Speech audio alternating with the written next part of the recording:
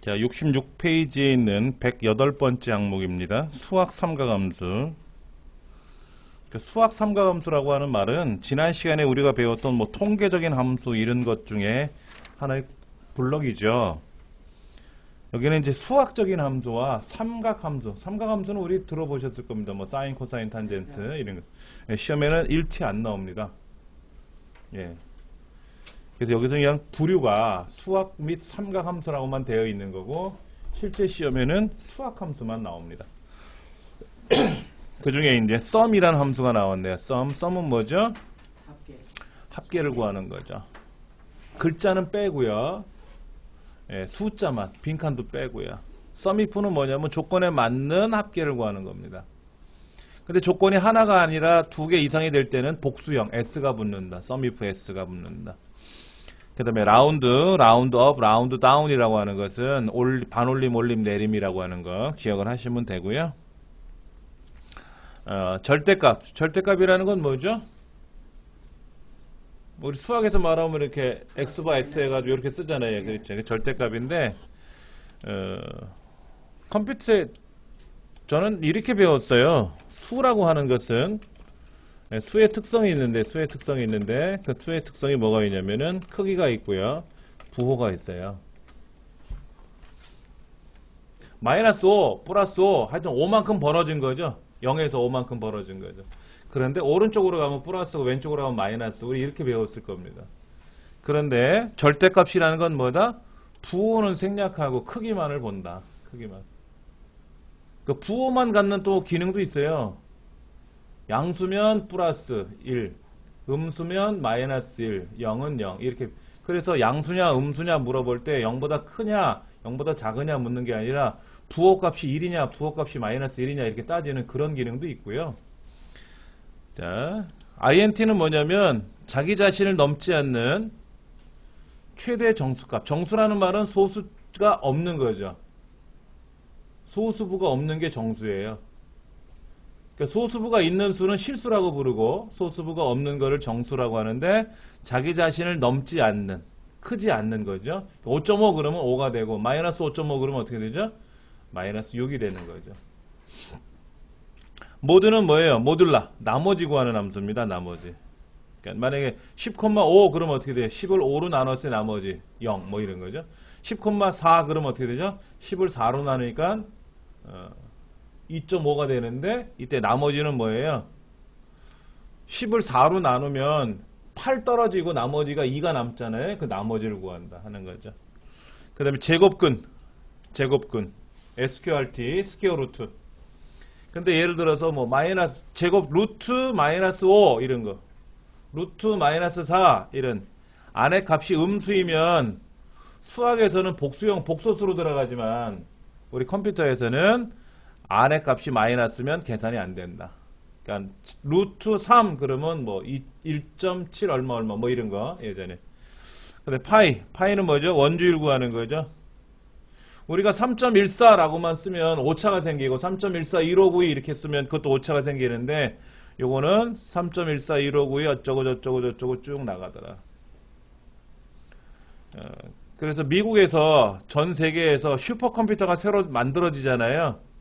그럼 두 가지 행사를 한대요. 두 가지 행사를 하는데 이 파이를 계산하는데 1초에 몇 자리까지 계산하느냐 1억짜리까지 계산하느냐 뭐 5억짜리까지 계산하느냐 아니면 뭐 100만 자리까지 계산하느냐 하는 거를 계산을 시킨대요. 그래서 그 빨리 계산되는 것이 컴퓨터가 좋다 뭐 이렇게 표현을 하고요. 또 하나는 체스 경기를 한대요. 컴퓨터랑. 예. 그래서 그동안은 사람이 이겼대요. 그동안 사람이 이겼는데 슈퍼컴퓨터가 성능이 좋아지면은 사람보다 체스를 잘 둔다 뭐 이런 얘기를 하더라고요. 그 파이. 우리나라 3월 14일 날 뭐 하죠? 3월 14일 날. 3월 14일? 예. 뭐 화이트데이인가 그거 하죠? 3월 14일 날. 그렇죠? 예, 외국에서는 3월 14일 날 파이데이라 그래서 예, 수학 이런 경연대회를 한대요. 선진국은 좀 다른 것 같아요. 그렇죠?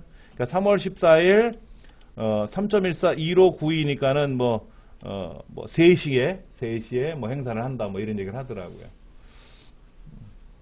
우리도 좀 뭔가 3, 50자일날 뜻깊은 걸 하면 좋을 텐데.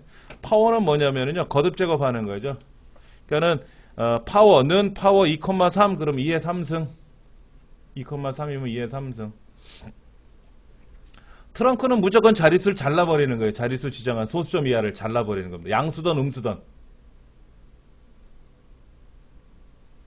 우리가 플러스 같은 경우에는 소수점 이하를 잘라버리는 거는 뭐였어요? int 함수라든지 이런 걸 쓰지 않습니까? 근데 마이너스가 나오면 어떻게 돼요? 무조건 잘라버릴 수가 없잖아요. 그렇죠? 근데 트렁크라는 함수는 무조건 잘라버리는 겁니다. 소수점 이하 두째 자리에서 잘라라 그러면 무조건 잘라버리는 거예요. 그게 플러스든 마이너스든 간에. 예, 잘라버린다. 그 다음에 텍스트 함수를 한번 가볼까요? 텍스트 함수. 텍스트 함수는 이제 글자를 가지고 계산하는 거죠. 글자 함수를 갖고 계산하는 건데, 첫 번째 레프트. 레프트는 뭡니까? 왼쪽에 있는 글자에서 몇 개를 잘라라 하는 거죠. 그러니까 는 레프트 텍스트가 홍길동이라고 가정해보고요. 홍길동, 3, 2 그러면 어떻게 돼요? 왼쪽 홍길동이라는 글자에서 두 개를 잘라라. 홍길, 뭐 이렇게 잘라라 하는 거고. 그 다음에 라이트는 뭐죠? 오른쪽에서 자르는 거죠. 홍길동을 만약에 오른쪽 두 개를 잘라라 그러면 길동 이렇게 되는 거고. 그 다음에 MID는 중간에 낀 걸 자르는 거죠. 우리 주민등록번호에 있는 성별 코드를 자른다든지 아니면 뭐 홍길동이라는 글자에서 2,1 그러면 어떻게 돼요? 두 번째 산 글자, 길만 잘라버리는 거죠. 그런 경우라든지. 로어는 소문자로 만드는 거고요. 어퍼는 대문자로 만드는 거고요. 풀어퍼는 첫 글자만. 그러니까 단어의 첫 글자만 대문자로 표시하는 거고요. 트림은 텍스트의 양쪽 공백을 제거하는 건데 하나 더 있어요. 중간에 있는 공백은, 사이에 있는 공백은 한 칸만 유지해요. 하나만 유지하고 다 뺀다. 이런 겁니다. 자, 예를 들어서 글자가 이렇게 들어갔어요. 이렇게. 우리말로 쓰니까 좀 어색하니까.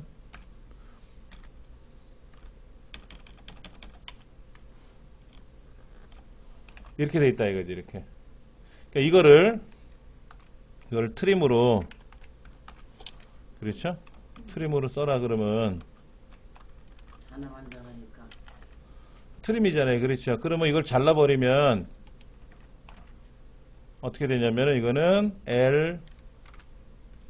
LO 한 칸 띄고 V. 여기 있는 거는 빈칸은 유지해요. 한 칸만. 앞쪽에 있는 빈칸은 다 없애고요. 오른쪽에 있는 빈칸은 다 없애고요. 이 사이에 있는 빈칸은 하나만 유지한다. 하나만. 이것마저 지워버리는 건 아니에요. 예. 왜 그러냐면 주소를 쓰라고 했더니 종이다 쓰면 잘 쓰는데 컴퓨터에다 쓰라 그러면 스페이스바를 막 누르고 쓰는 경우도 있거든요. 뭐 서울특별시 한 칸만 띄우고 마포구 쓰면 되는데 한 10칸 띄우고 마포구 쓸 수도 있지 않습니까? 그러면 앞뒤에 공백이 들어가고 중간에 공백 들어가면 지저분하잖아요. 그럴 때 쓰는 게 트림이에요. 자, find는 뭐냐면은요, 글자를 찾는 거예요. 예를 들어서 뭐 홍길동이라는 글자가 있는데 거기 길이라는 글자가 몇 번째 있느냐 하는 거예요. 길. 그럼 홍길동이라는 글자니까는 세 글자잖아요. 세 글자 중에 홍길, 길자는 두 번째 있지 않습니까? 이제 그럴 때 찾는 거예요. 그런데 이제 find b를 쓰면은요, 우리말은 두 글자로 인식을 해요. 원래 이렇게 1, 2, 3, 4라든지 또는 뭐 A, B, C라든지 또는 뭐 A, B, C라든지 이런 거는 다 한 글자씩 써요. 그런데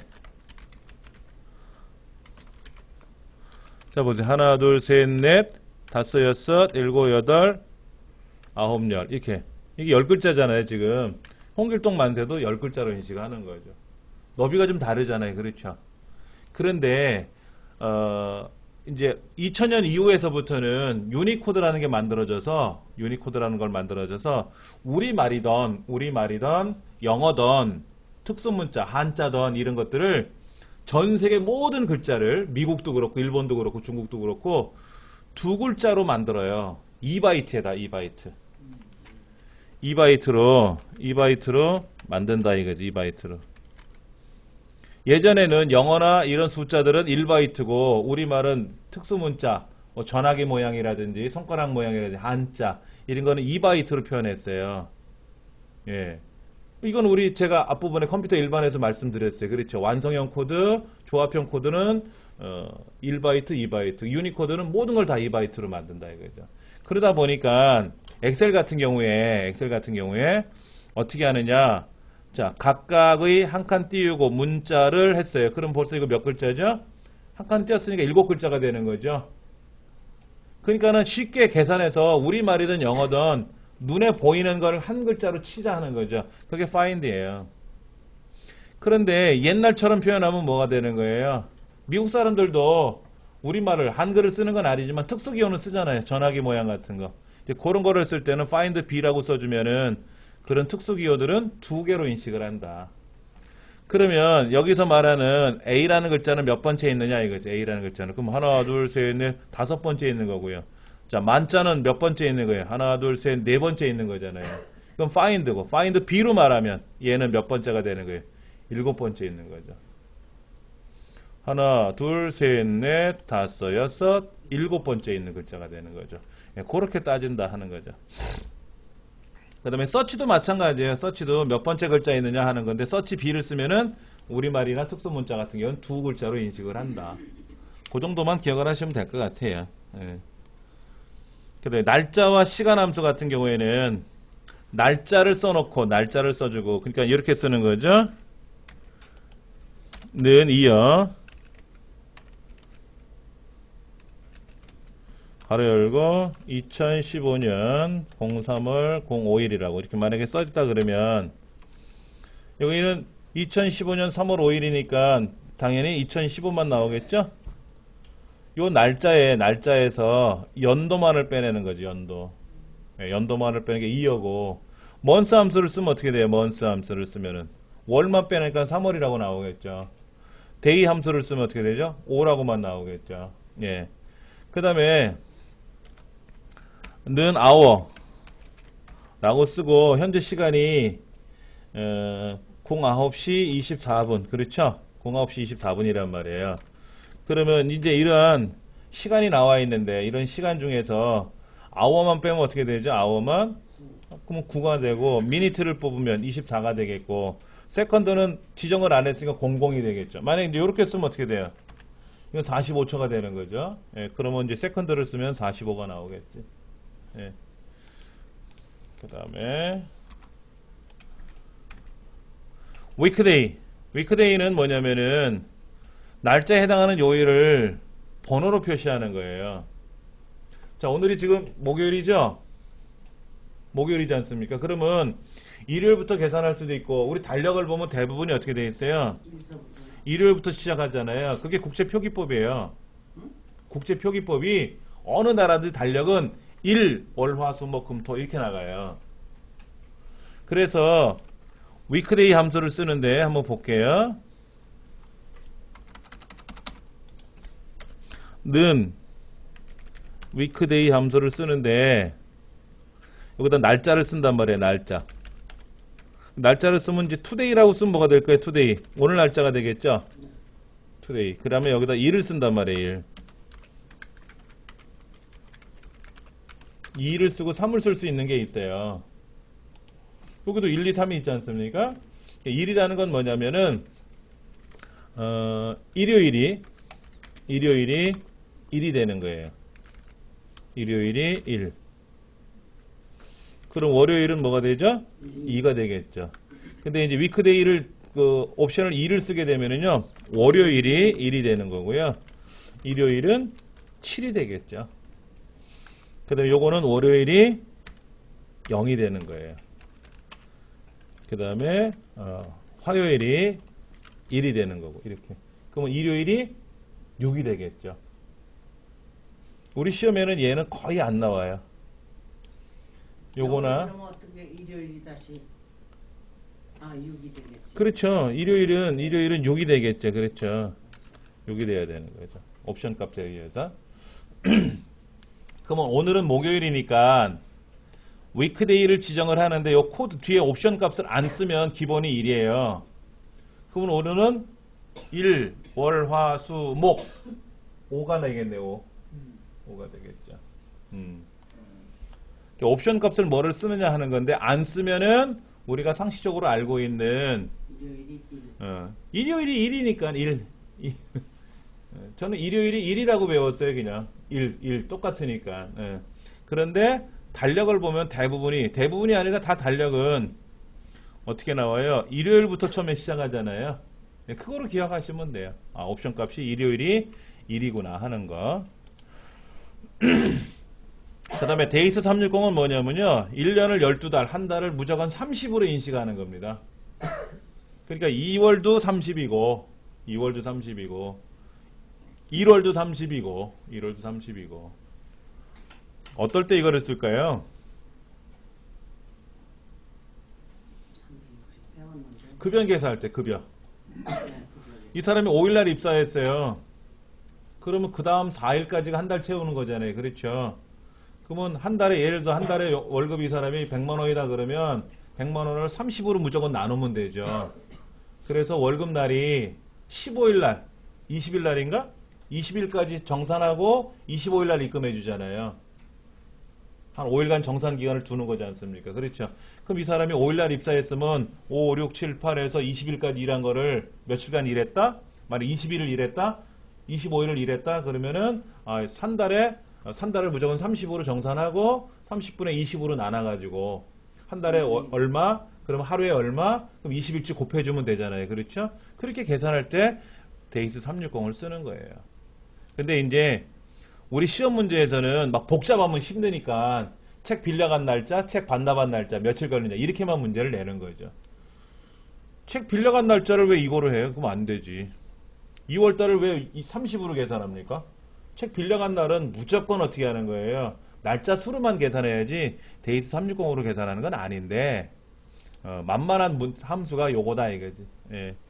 그 다음에 요 데이스 360도 날짜와 날짜가 들어있는데 날짜 계산하는 거예요.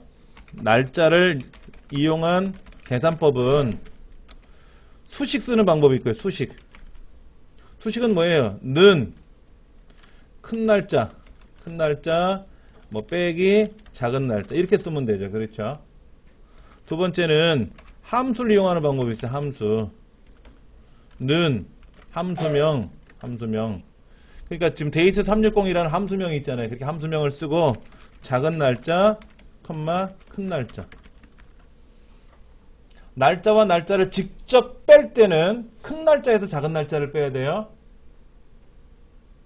그러니까 어제 날짜가 작은 날짜고 오늘 날짜 큰 날짜죠. 그렇죠? 그럼 어제 날짜 빼기 오늘 날짜 쓰면 어떻게 돼요? 작은 거에서 큰 수를 뺐으니까 음수가 나올 거 아닙니까? 그런데 숫자는 음수가 되지만 날짜는 음수가 안 돼요. 에러가 나요. 잘못하면. 그러니까 날짜는 무조건 더하는 게 아니라 뺄 때는 큰 날짜에서 작은 날짜를 빼는 거고요. 그 다음에 날짜를 이용한 함수를 계산할 때는 무조건 작은 날짜를 먼저 쓰고 뒤에 큰 날짜를 쓰는 거예요. 날짜와 관련된 함수에서는. 날짜를 하나만 써라 그러면 뭐 앞날짜든 뒷날짜든 쓰면 되지만 뭐 예를 들어서 뭐 생일이 있고 태어난 날이 있고 지금 날짜가 있다. 또는 뭐 빌려간 날짜가 있고 반납한 날짜가 있다. 이렇게 날짜를 두 개를 쓴다든지 할 때는 무조건 작은 날짜가 앞에 온다라는 거. 요것만 기억하시면 뭐 실수는 없을 거예요.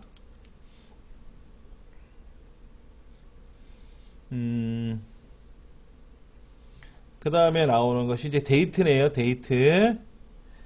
데이트는 날짜를 만드는 거예요. 자, 볼까요? 여기 데이트라고 써 있는데요. 자, 이렇게 쓰면 어떻게 될까요, 여러분들? 는이 아니라 날짜를 2015년 03월 32일 이렇게 쓰면 돼요, 안 돼요? 안 돼요. 그럼 이건 글자로 들어가요. 이런 날짜는 없잖아요. 그런데 는 데이트 2015년 03월 32일 이렇게 쓰면은요 돼요. 그럼 얘는 뭐가 되냐면요 2015년 04월 1일 돼요. 자동으로 넘어가요. 만약에 얘를 3월이 아니라 13월이라고 쓰면 어떻게 될까요? 13월이라고 쓰면은 잠깐만 다음에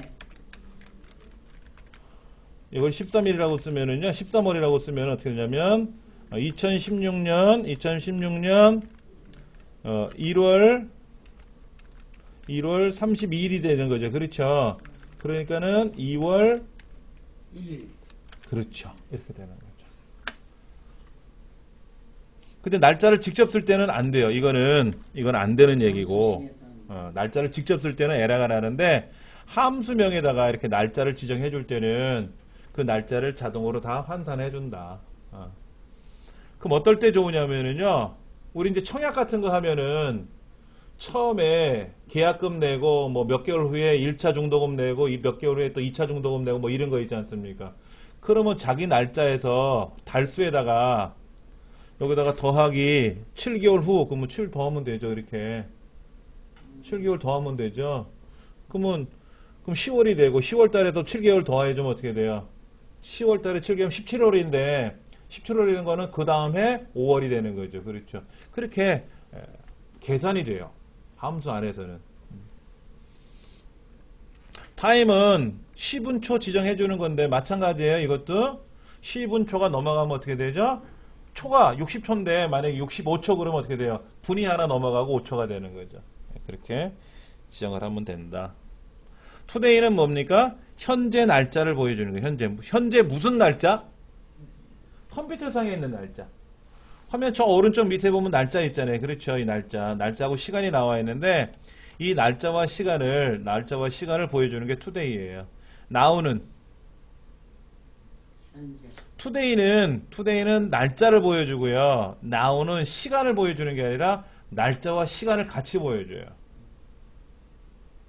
날짜와 시간을 같이 보여주는 거예요. 자, 우리가 컨트롤하고 세미콜론 누르면 뭐가 되는 거예요? 이거는 현재 시간이 자동으로 들어가는 거죠. 그럼 컨트롤하고 쉬프트하고 세미콜론 다른 말로 말하면 뭐예요? 컨트롤 키 누르고 콜론이죠. 콜론. 이거는 뭐예요? 현재 정정. 이건 현재 날짜고 이건 현재 시간이 들어간단 말이에요. 그러니까 시간만 들어가는 함수는 없어요. 시간만 집어넣기만 하는 명령은 있어요. 컨트롤 콜론을 치면은 날짜만 들어가요. 시간만 들어가는데 today는 날짜가 들어가는 거고요. now는 날짜와 시간이 같이 들어가요. 그러니까는 시간만 보여주는 뭐뭐 하고 엔터를 탁 치면 현재 시간만 보여주는 함수는 없다. 지금 쓰던 거 어디 갔어요?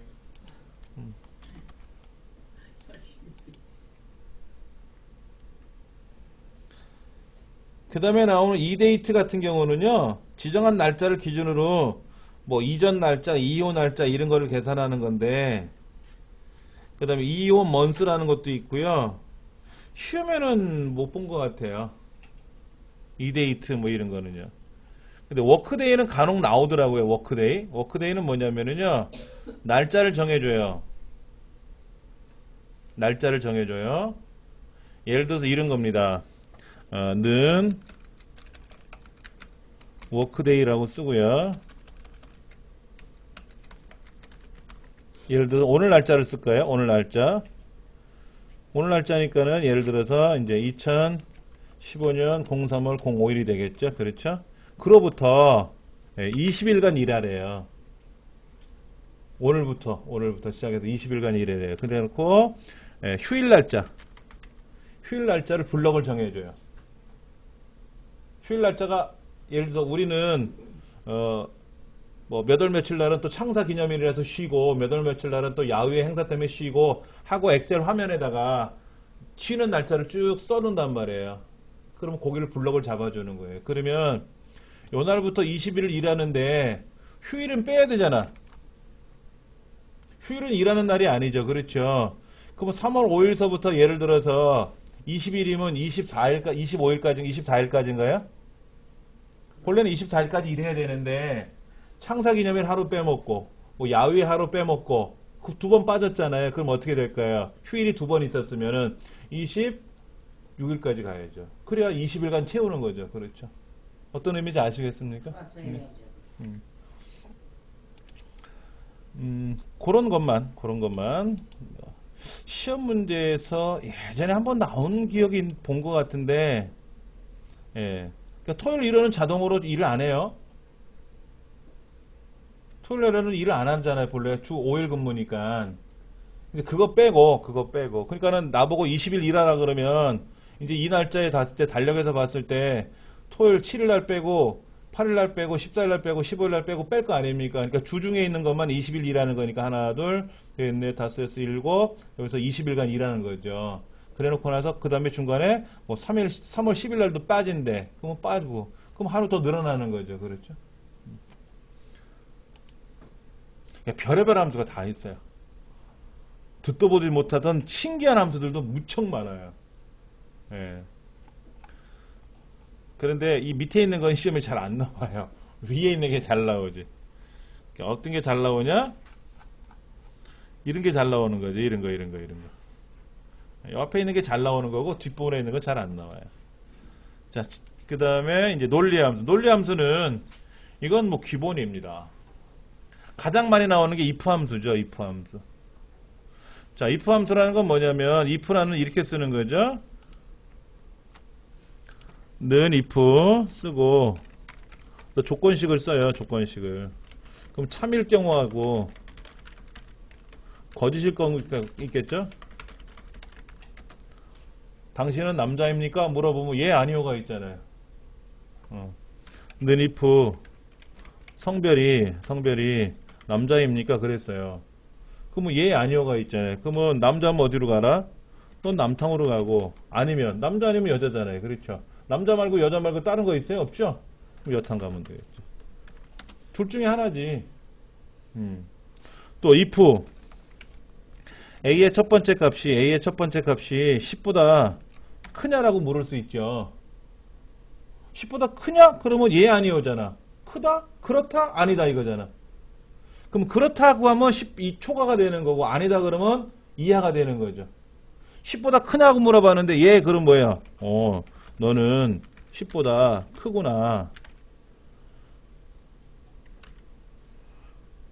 너는 10보다 크다. 이렇게 써라고 써주고. 아니면 뭐예요?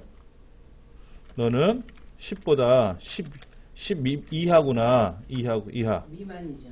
아니죠. 10. 크다의 반대니까. 근데 10 크다의 반대말은 안 큰 거죠. 안 큰 거니까 뭐예요? 작거나 같은 거죠. 예, 그러니까 이하가 되는 거예요. 예. 그게 헷갈려요, 많이. 예. 크다 반대말은 작다라고 하는데 작은 게 아니죠. 크다의 반대말은 안 큰 거예요. 크지 않다. 크지 않다라는 말은 뭐죠? 작은 것도 있지만 같은 것도 있잖아요. 그렇죠? 예.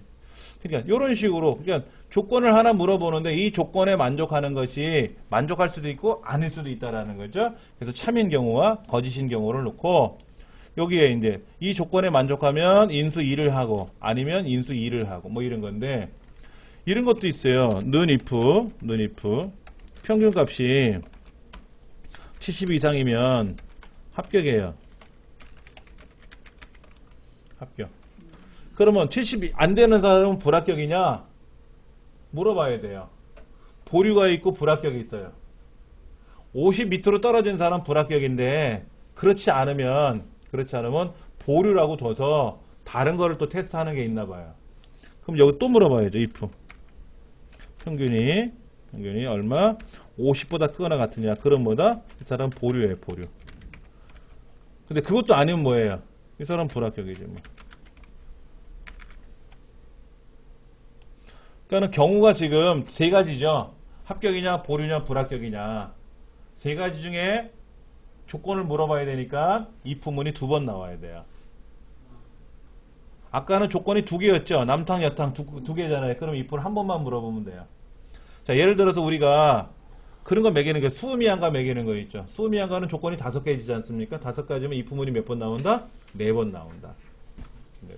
근데 우리 시험에는 if문이 딱 2번까지만 나와요. 3개 나오는 경우는 한 번도 없어요. 2개까지만 묻는다. 예. 그 다음에 이제 이런 경우 있어요. 물어봤는데 계산을 하다 보면 오류가 나는 경우가 있거든요. 엑셀에서는요, 오류가 발생하면요, 계산이 중간에 멈춰요. 쭉 진행하다가, 문제가 생겼어. 그러면 덜컹거리고 거기서 멈추는 거예요. 밑으로 진행을 못해요. 우리 그렇죠. 생활하도 그렇죠. 생활하다가, 다쳤어요. 그러면 치료를 해야지. 뜀박질 선수가 뛰어다가 넘어져서 발이 삐그됐어요. 그 상태로 계속 뛰면 큰일 나지 않습니까? 중간에 뭐 해야 돼요? 인터럽트가 발생하는 거죠. 인터럽트가 발생을 해요. 그럼 인터럽트를 조치를 취해줘야 될 거 아닙니까? 그래서 계속 뛸 수 있으면 뛰는 거고 아니면 경기를 그만둬야 되겠죠. 안 그러면 다치니까는. 그런데 엑셀에서도 마찬가지로 어떤 걸 계산하다 보면은 문제가 발생할 수 있어요. 오류가. 그래서 오류가 발생하면 그 이하는 어떻게 될까요? 그 오류로 인해서 또 오류가 나죠. 오류로 인해서 오류가 또 발생한단 말이에요. 그럴 때는 이제 이렇게 쓰는 거예요. 는 if 에라. 예를 들어서 는 if 에라 여기서 계산을 해요. 계산을 했는데 이 계산을 했는데 이상이 없으면 그 계산이 들어가면 돼요. 5 빼기 2 그러면 뭐야? 3 하고 되면 되는데 5 나누기 0 그랬어. 5 나누기 0. 그 분모가 0이죠. 0분의 5가 되는 거죠. 분모가 0이면 어떻게 돼요? 수학에서는 엑셀에서도 계산이 안 되거든요. 오류가 나요.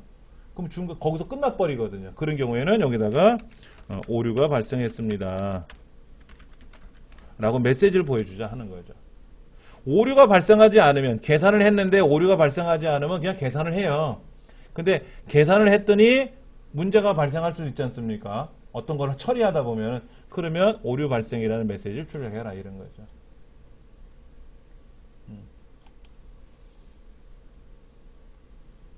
요거는 실기시험에 이제 나올 거예요. 실기시험에 나올 겁니다.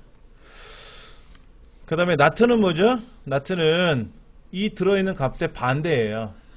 괄호 속에 들어있는 게 참이면 거짓이 되고 거짓이면 참이 되는 거꾸로 가는 거죠. and는 뭡니까? 이 괄호 속에 나와 있는 조건들이 다 참일 때만 전체가 참이 되는 거죠. 오화는 뭐예요? 오화는 적어도 하나가 참이면 참이에요. 이 안에 들어있는 값이 100가지가 있는데 99가지는 다 거짓이 됐는데 유일하게 하나만 참이 됐어요. 그럼 전체가 참이 되는 거죠. 오화는. false는 뭐예요? 그냥 false라고 출력하는 거예요. false. false라는 말은 거짓이라는 거죠. 우리 수학에서 논리적인 걸 계산한 걸 과거에 배우신 적 있을 거예요. 논리값. 참이냐 거짓이냐 뭐 이런 거. 그래서 참은 t라고 쓰고 거짓은 f라고 썼던 그런 과거에 생각하고 싶지도 않은 과거가 있죠. 이제 그런 거를 계산해 줄 때 쓰는 것이 이 true나 false다 이런 말을 쓰시게 되면 됩니다. 나 아까 하나 안 썼는데 하나 다섯 개.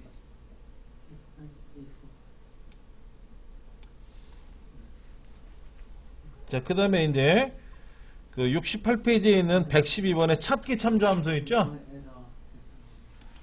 찾기 참조 함수는요, 시험에 뭐 잘 나옵니다. 필기시험도 나오고 실기시험도 잘 나오는 게 뭐라 그랬어요? VLOOKUP, HLOOKUP. 그 다음에 또 뭐가 있다 그랬죠? 랭크 함수. 그리고 방금 전에 했던 if. if 안에서도 and가 많이 들어가요. and, or와 이런 거 들어가요. 그래서 함수가 겹치죠. if가 두 번 들어올 수도 있고요. if 안에다가 and가 들어갈 수도 있고요. if 안에다가 and하고 or와 이렇게. 는 썼는데 그 안에 함수가 세 가지가 들어갈 수 있어요. 최대. 네 가지는 시험에 나온 적은 없고요. 세 가지가 나와요. 세 가지. 예. 복합적인 거죠. 예. 자, VLOOKUP과 HLOOKUP에서 찾는 방법은 뭐예요? 요 옵션이에요, 옵션. 옵션 값이 0이냐 1이냐에 대한 말이 있죠. 옵션이 0이면 어떻게 하고 1이면 어떻게 한다 그랬어요? 69페이지 오른쪽에 나와 있는 것 같은데 한번 잠깐 볼까요? 예. HLOOKUP이나 VLOOKUP에서 찾기 옵션을 true라고 쓰면은요, true라고 하는 거는 비슷하게 일치하는 걸 찾는 거고요. 비슷하게 일치하는 거. 비슷하게 일치한다는 말은 반드시 순서대로 나열이 되어 있어야 돼요. 오름차순으로. 그런데 일반적으로 우리가 어떤 값을 해당하는 걸 바로 찾아와야 되는 경우 있지 않습니까? 그런 경우는 false 또는 0을 쓰는 거죠. 정확히 일치하는 걸 찾을 때 쓰는 거죠. 내가 지금 물건을 샀는데 그 물건의 코드가 ABC라는 코드야. 그럼 ABC라는 코드랑 똑같은 거를 코드표에서 찾아야죠. 그래야 이것이 무슨 물건이고 단가가 얼마고 제조사가 어디고 하는 걸 알 수 있을 거 아닙니까? 그럴 때 쓰는 게 false를 쓰는 거예요. 그러니까는 true가 어떤 경우고 false가 어떤 경우인지가 시험에 나온다 이거야. H루급, V루급에서. 그 다음에 이제 추수는 뭐냐면 추수는 쉬워요. 추수는 뭐냐면 는 추수. 우리 성별 코드 있죠. 주민등록번호에 있는 성별 코드. 성별 코드가 1, 2, 3, 4, 5, 6 이렇게 들어가죠. 저는 1이고 여러분은 2고 그렇지 않습니까? 3과 4는 뭐예요? 2000년 이후에 태어난 애들이 3번, 4번이고요. 5번과 6번은 뭐라 그랬죠? 대한민국 국적을 갖고 있지 않은 외국인 근로자라든지 우리나라에 거주하는 사람들, 화교라든지 이런 사람들. 또 결혼해서 이주하신 분들 있잖아요. 필리핀 뭐 이런 태국에서 이주하신 분들, 국적을 아직 취득을 못하신 분들은 남자가 5번, 여자가 6번 뭐 이런 겁니다. 그러면 1번이면 뭐죠? 남자죠. 2번이면 뭐죠? 여자죠. 3번이면 4번이면 5번이면 6번이면 이렇게 들어가는 거죠. 되게 편하죠. 그 다음에 또 어떻게 할 수 있어요? 추수함수, 추수를 써가지고요. 성별 코드를 2로 나눠요. 2로 나누면 무슨 얘기입니까? 남자는 홀수고 여자는 짝수죠? 그렇죠. 짝수잖아요. 그러면 예를 들어서 여기다가 MOD를 써볼게요. MOD는 뭐예요? 나머지 구하는 거죠? 나머지 구하는 거지 않습니까? 그러면 남자는 1이니까 1을 2로 나누면 뭐예요? 나머지가 1이 되는 거죠. 3을 2로 나누면 나머지가 1이죠. 그렇죠? 예. 그럼 여자는 어떻게 돼요? 2, 4, 6이잖아. 2, 4, 6. 그러면 2를 2로 나누면 나머지가 0이죠. 그러면 0번째라는 말은 없잖아요. 그럼 더하기 1을 하면 어떻게 될까요? 여자는 1이 되고 남자는 2가 되겠죠. 그러면 이제 이렇게 썼을 때는 여자가 앞에 오고 남자가 뒤로 오겠죠. 같은 말이에요. 같은 말. 만약에 이것이 막 계속 늘어날 수도 있잖아요. 늘어나면 어떻게 돼요? 어려울 수도 있잖아요. 근데 두 개 지그재그로 바뀌잖아요. 그러면 이런 식으로 해가지고 그럼 벌써 함수가 몇 번 들어갔어요? 이 성별 코드는 어떻게 계산합니까? MID 함수 쓰죠. MID 함수. 성별 코드는 사실은 MID 써가지고 MID 써서 여기 주민번호 8번째에서 1개 이렇게 따지는 거잖아요. 이렇게 기억나세요? 요것이 뭐예요? 이게 주민번호를 이용한 성별 코드 만드는 거죠. 그럼 벌써 요것만 해도 보세요. 이렇게 함수가 몇 번 들어갔어요? 하나, 둘, 세 번 들어갔잖아요. 이렇게 시험 문제 내면 그걸 할걸? 어렵다고? 그러니까는 이 함수가 어려운 게 아니라 이런 걸 우리가 안 해봐서 이거는 해본 거잖아. MID는 MOD는 배웠잖아요. MOD는 배웠잖아요. 그런데 시험 문제 알려주거든. MOD 함수를 쓰시오, MID 함수를 쓰시오, 추수 함수를 쓰시오 하거든요. 그럼 MID 함수 쓰려면 위에 걸 쓰고.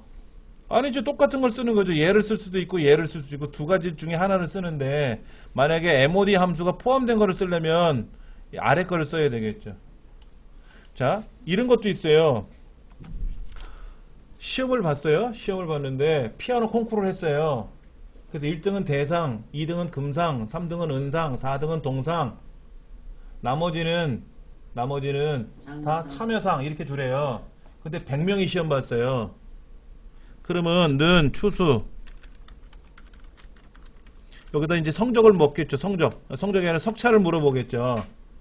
피아노 경연대회에 가서 성차가 나올 거 아닙니까? 누가 1등인지 2등인지. 그러면 1등은 뭐라고요? 대상. 2등은 뭐라고요? 금상. 3등은 뭐라고요? 은상. 4등은 동상이죠. 나머지는 뭐라고요? 참가상. 참가상. 근데 참가상이 몇 번 나와야 돼요? 100명이 시험 봤으니까. 하나, 둘, 셋, 넷. 4명 빼고 96번이 참가상이죠? 네. 그럼 참가상은 어떻게 돼요? 여기다가 96번을 써야지 이렇게. 이거는 미친 짓이지 솔직히. 이렇게 쓰면 미친 짓이에요. 그러니까 참가상을 안 쓸 수는 없잖아요. 참가상이라고 써줘야 되는데 이렇게 해갖고 계속 써야 되는데 이거는 제가 봤을 때는 영 아닌 것 같고 이건 아닌 것 같고 그래서 쓰는 게 뭐냐면 if 에라 if 에라 이렇게 주는 거예요. 그래서 얘를 한번 이제 복사해서 쓸게요. 이렇게 주는 거예요. 이건 뭐죠? 석차를 이용해서 1등은 대상, 2등은 금상, 3등은 은상, 4등은 동상이죠. 그러면 나머지 5등서부터 100등까지는 뭐예요? 상이 없잖아요. 그러면 내가 27등 그러면 어떻게 돼? 27번째 항목이 없으니까 여기서 에라가 나버렸단 말이에요. 그렇죠. 그럼 에라가 발생하면 뭐예요? 이 사람 참가상이란 얘기죠? 그때 여기다가 참가상이라고만 쓰면 참가상을 96번을 쓸 필요 없이 그냥 요거로 끝난단 말이에요. 이렇게.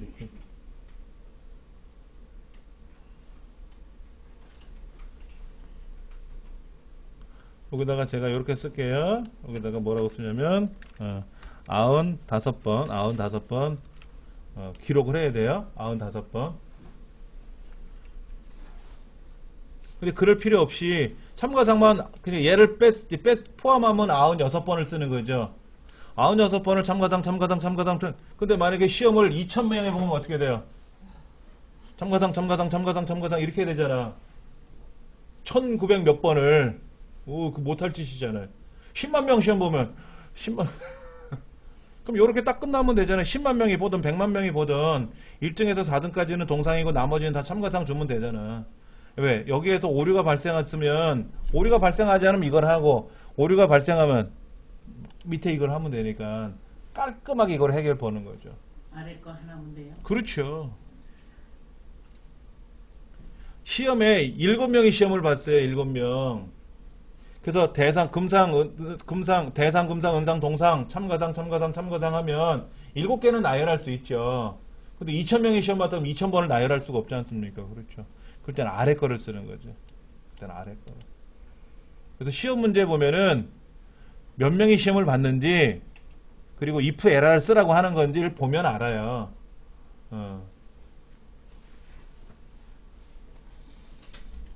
그 다음에 인덱스는 뭡니까? 인덱스라고 하는 것은 지정된 범위가 있어요. 범위. 그러니까 범위를 딱 정해주고 몇 번째 줄 몇 번째 칸에 있는 걸 찾아와라 이거지. 구구단표가 있는데 5번째 줄 3번째 칸에 있는 걸 가져와라. 그러면 5와 3 자리 그러면 15가 들어있겠지. 그렇죠. 그거를 찾아오는 게 바로 뭐다? 인덱스고. 컬럼은 뭐예요? 컬럼은 내가 지금 몇 번째 칸에 있느냐를 묻는 거고, 로우는 몇 번째 줄에 있느냐를 묻는 거예요. 책에 다 있는 거니까 보시면 되겠고요. 데이터베이스 함수는 dsum, daverage, dcount, dcount a 뭐 종류가 있는데 방법이 다 똑같아요. 그런데 여기서는 반드시 데이터를 범위를 정해줄 때는 어떻게 정해주라 그랬어요? 일반적인 sum 함수를 구한다 그러면 실제 값만 블럭 잡잖아요. 근데 데이터베이스에서는 뭐예요? 그 값의 위에 있는 항목의 이름 있지 않습니까? 그 항목의 이름까지 다 블럭을 잡아야 된다 하는 거. 데이터베이스 함수는 굉장히 많아요. 11가지가 있는데 그 중에 시험에 잘 나오는 거는 이제 dsum, daverage인데 그 중에 제일 잘 나오는 게 daverage예요. 왜냐하면 daverage를 계산하면 평균을 계산하는 거니까 소수점 이하가 발생할 수 있죠. 그럼 소수점 이하를 뭐 소수점 첫째 자리에서 반올림을 해라 그러면 라운드라는 함수랑 같이 결합할 수 있지 않습니까? 라운드랑 daverage랑 결합을 한다든지 해가지고 결합하기 좋은 문제거든요. 썸은 뭐예요? 합계를 구했는데 소수점이 발생 안 하는 경우가 많단 말이에요. 그 다음에 디카운트는 숫자만 개수 세는 거고요. 디카운트 A는 숫자 글자를 다 세는 거고요. 맥스는 최대값, 미니멈은 최소값을 구하는 건데 이거는 방법은 다 똑같아요. 여기 나온 6가지 방법이 다 똑같이 방법을 쓰시면 되고, 평균 구하라 그러면 D썸 대신에 D에버리지만 쓰면 되고 나머지는 똑같은 거고. 아무 다 똑같아요. 예. 실기시험 할 때 다시 설명을 좀 드리도록 하겠습니다. 그 다음에 그래프, 차트에 대해서요. 차트라고 하는 거를 실기시험에서는 직접 작업을 하는 거지만 필기시험에서는 차트를 왜 사용하느냐 하고 묻는 거죠. 차트의 요소가 어떤 게 있느냐 이런 걸 묻는 거예요. 차트라는 말은 시각적으로 표현해 주는 거예요. 뭐를? 값을 우리가 뭐 1년 동안 뭐 분기별로 월별로 판매량 뭐 이런 것들이 있고 반품된 수량이 있고 하는데 그걸 숫자로 보면 이게 많은 건지 작은 건지 지난달에 비해서 어떤 건지 잘 모르거든요. 그럴 때 차트로, 제가 저번에 한번 제 가계부 보여드린 적이 있잖아요. 거기에 전기요금이라든지 수도요금 같은 게 그래프로 보이니까는 어느 달은 높이 나왔다 어느 달은 작게 나왔다 금방 알 수 있잖아요. 그 금액이 얼마인지는 몰라도 지난달에 비해서 잘 보이지 않습니까? 시각적으로 표현하는 거예요. 근데 그거를 꺾은 선으로 보일 수도 있고 막대로 보여줄 수도 있고 거기다가 그림을 집어넣을 수도 있어요. 자동차 판매량 그러면 그 막대가 빨간색 파란색이 아니라 자동차 그림으로 켜켜이 쌓게끔 할 수도 있다라는 거예요. 그림으로. 그러면 알 수 있죠. 그렇죠. 자동차가 이렇게 켜켜이 쌓여 있으니까 자동차 판매량이라 대충 알 수 있는 거죠. 자, 차트를 이용하면 직관적으로 이해하기가 쉽고 간결하게 요약할 수가 있고 하는 거죠. 시각적으로 표현하는 방법이 바로 차트다라고 보시면 되고, 차트를 작성하기 위해서는 반드시란 말이 잘 안 들어가요. 우리 컴퓨터에서는. 왜냐하면 컴퓨터는요 방법이 하나가 있는 게 아니잖아요. 우리가 복사할 때 어떻게 해요? 블록 잡고 컨트롤 C 눌러도 되고요. 오른쪽 버튼으로 복사 눌러도 되고요. 편집에 가서 복사 눌러도 되고요. 여기서 복사 눌러도 되고 이렇지 않습니까? 그러니까는 복사하는 명령이 굉장히 많아요. 그리고 마우스로 블록 잡지 않고 키보드로 블록 잡는 방법도 있고요. 마우스도 드래그하는 방법 말고 처음 자리 클릭하고 쉬프트 눌러서 블록 잡는 방법이 있고 굉장히 종류가 많지 않습니까? 그런데 반드시라고 포함되어 있는 경우가 몇 개 있어요. 그 첫 번째가 지금 차트에서 차트를 작성할 때면 반드시 데이터가 있어야 돼요. 값이 있어야 된다. 어느 표가. 뭐 성적표라든지 뭐 가계부라든지 표가 있어야 그걸 가지고 차트로 옮기는 거죠. 또 하나는 뭐가 있냐면은 부분합을 하기 위해서는 반드시 정렬을 한다라는 말, 이런 거. 그것도 기억을 하시면 좋고요. 이때 차트에 있는 내용이 차트를 국어 점수가 70점이라 해서 블럭 잡아서 차트를 만들었는데 그러면 차트 그래프상에 국어가 70점만큼 가 있을 거 아닙니까? 근데 알고 봤더니 90점이었대. 원본 데이터를 90으로 바꿀 거 아닙니까? 그럼 막대 그래프도 70에서 90으로 바뀌겠죠. 예. 그 다음에 2차원 차트가 있고 3차원 차트가 있어요. 또 차트만을 따로 출력할 수 있는 차트 시트도 있고요. 자, 기본 차트는 묶음 세로 막대형입니다. 묶음 세로 막대형이라는 거는 이런 식으로 막대가 보이는 게 묶음 세로 막대형이죠. 자, 그 다음에 F11번을 누르면요 자동으로 얘가 만들어져요. 블럭을 잡아가지고 원본 데이터를 블럭을 잡았을 거 아닙니까? 이런 식으로 표가 있는 자리를 마우스로 이렇게 블럭 잡잖아요. 그리고 나서 우리가 삽입에 가서 차트를 선택하는데 그냥 F11번 누르면 자동으로 차트가 만들어진다. 근데 차트 시트에 만들어진다. 워크시트에 만들어지는 게 아니라. 워크시트는 뭐예요? A, B, C, D, 1, 2, 3, 4 저 표에 있는 셀에 있는 배가 워크시트잖아요. 근데 차트 시트는 그래프만 따로 출력하는 시트예요. 따로 만들어진다. 그러니까 시험 문제 뭐를 누르면 차트 시트가 자동으로 만들어지는지, 또 F11번을 누르면 차트 시트가 자동으로 만들어지는데 이때 3차원 세로 막대형이 만들어진다. 아니죠. 2차원이 되는 거죠. 그런 것들이 이제 필기시험에 나오는 거예요. 자, 차트의 요소가 나와요. 여기는 우리 뭐라고 하냐면 이쪽에 비어있는 공간 있잖아요. 이쪽에 이렇게 비어있는 공간들은 여기를 우리 차트 영역이라 그래요. 그다음 여기는 제목이죠. 말 그대로 차트 제목이죠. 그다음 왼쪽에 있는 거는 뭐죠? 축이죠. 축 제목이에요. 축 제목. 아래쪽에도 축 제목이 있어요. 아래쪽에도 축 제목이 있고 왼쪽에도 축 제목이 있는데 자 여기는 숫자가 적혀 있죠. 숫자야. 그럼 값이라 그래. 값. 여기는 글자가 적혀 있죠. 글자가 적혀 있지 않습니까? 그러면 항목이라 그래. 항목축. 그런데 이 값이 세로에 왼쪽에 있으니까 세로축, 세로 값축이라고 부르는 건데 막대 그래프가 세로 막대가 아니라 가로 막대일 수도 있어요. 가로 막대인 경우에는 값이 밑에 나와요. 그때는 가로 값축이 되는 거예요. 무조건 왼쪽이 세로 값축이 아니라 세로에 있으니까 세로축이고 가로에 있으니까 가로축이고 글자가 있으니까 항목축이고 숫자가 있으면 값축이라는 거예요.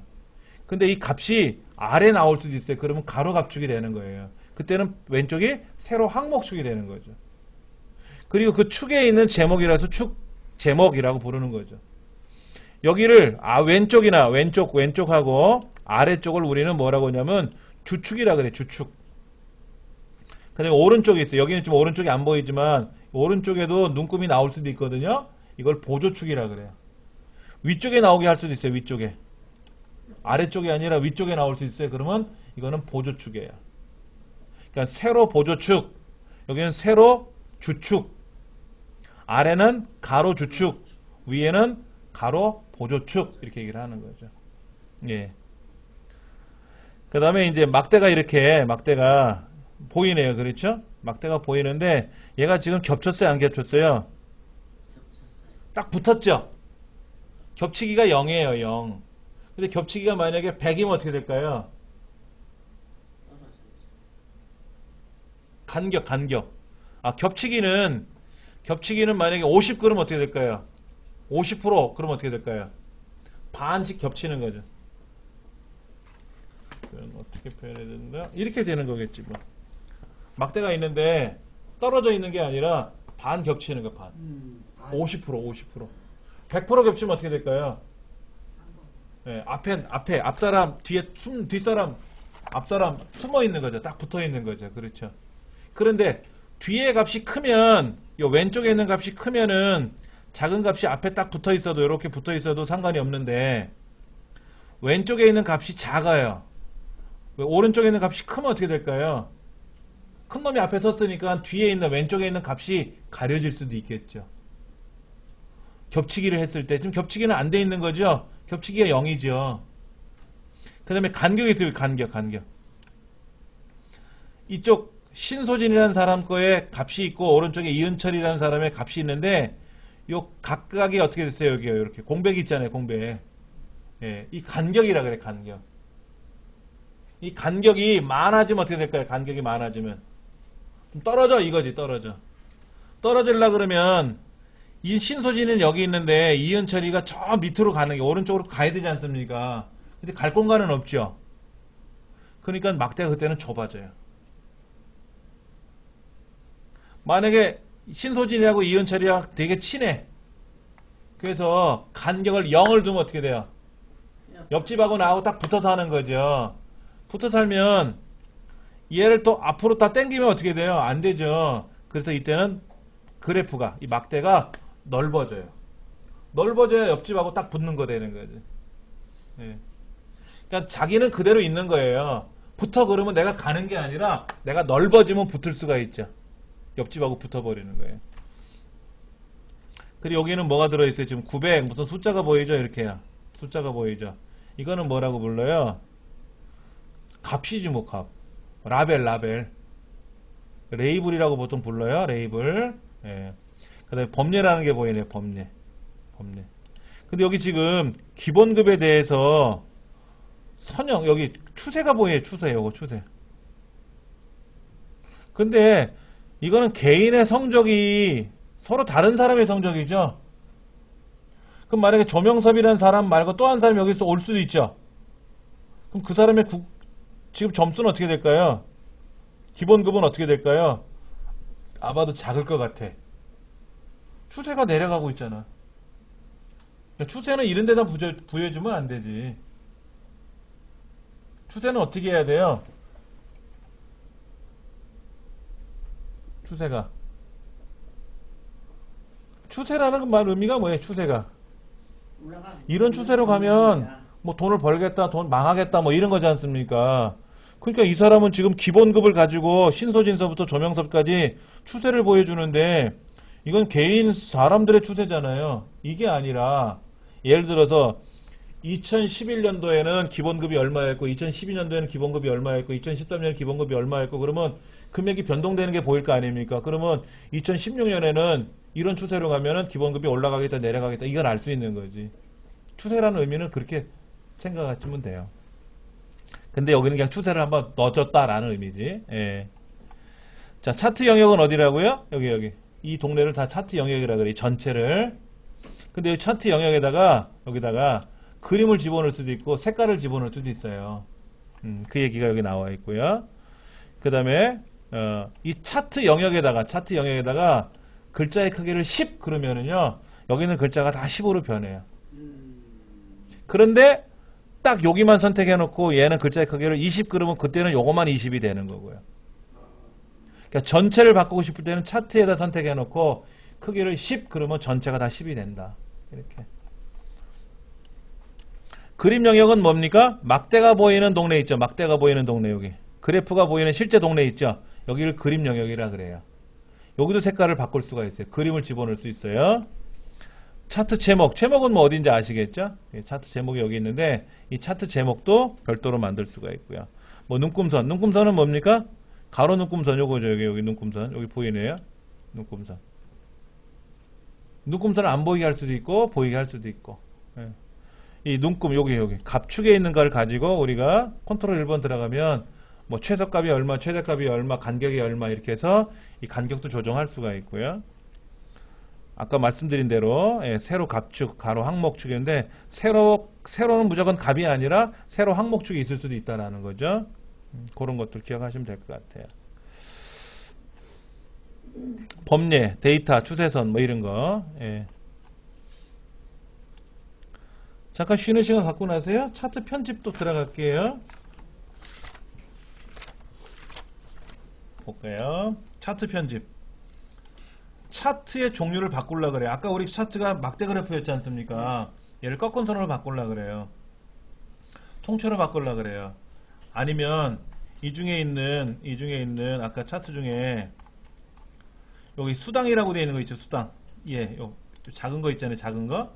얘들만 여기 있는 것들만 얘는 가로막대로 바꾸고 싶어요. 얘는 꺾은 선으로 바꾸고 싶어요. 통째로 꺾은 선으로 바꾸고 싶어. 이럴 수 있어요. 예. 그러니까 통째로 바꿀 때는 통째로 명령을 거는 거고 개별적으로 할 때는 개별적으로 하는 거죠. 그런데 예를 들면 이런 거예요. 아까 그 수당 중에 신소진이라는 사람의 수당이 있었는데 그 신소진의 수당만 난 꺾은 선으로 바꾸고 있다. 이거는 안 돼요.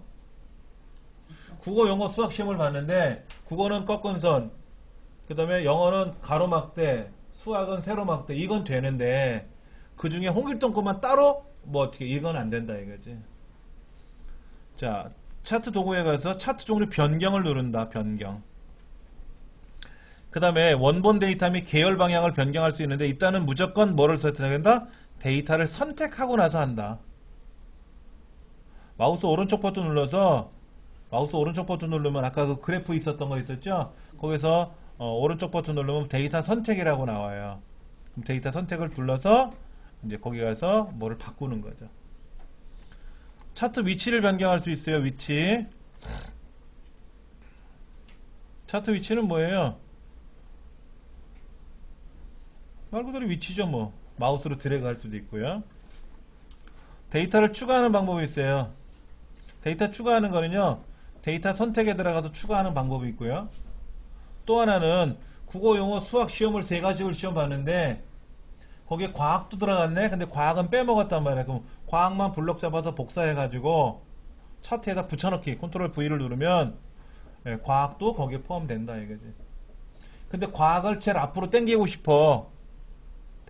과학 점수를. 왜냐면 국어, 영어, 수학, 과학이니까 과학이 4번째 나왔을 거 아닙니까? 근데 그 과학 과목을 앞으로 당기고 싶다 그러면 뭐 하는 거예요? 방향, 위치를 조정할 수 있는 거예요. 위치 다 조정 가능합니다. 추세선. 추세선은 아까 뭔지 의미를 아시겠죠? 예, 추세를 파악하기 위해서 표시하는 선인데 추세선을 못 넣는 게 있어요. 첫째, 3차원들은 못 넣어요. 3차원은. 3차원 그래프에는 추세선을 넣을 수가 없습니다. 그리고 방사형도 안 돼요. 방사형.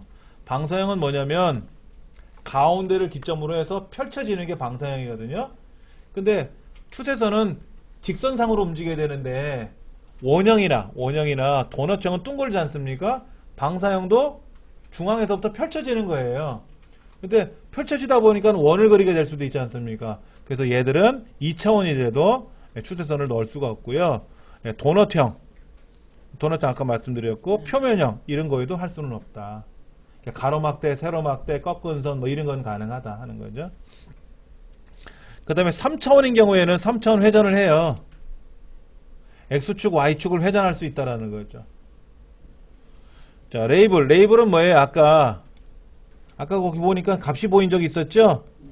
그 값을 보이게 하는 건데 값만 보이는 게 아니라 그것이 누구 점수인지 누구 값인지 예, 홍길동 건지 이게 국어 과목인지 이런 것까지 다 포함할 수 있다.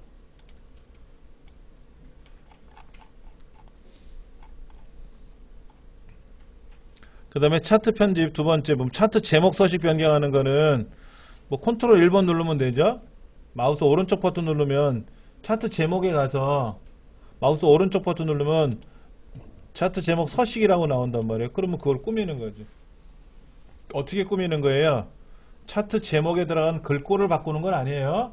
글꼴은 무조건 홈이라는 탭에 가서 하는 거고 차트 제목이 있는데 차트 제목에 테두리 선을 그리고 싶다.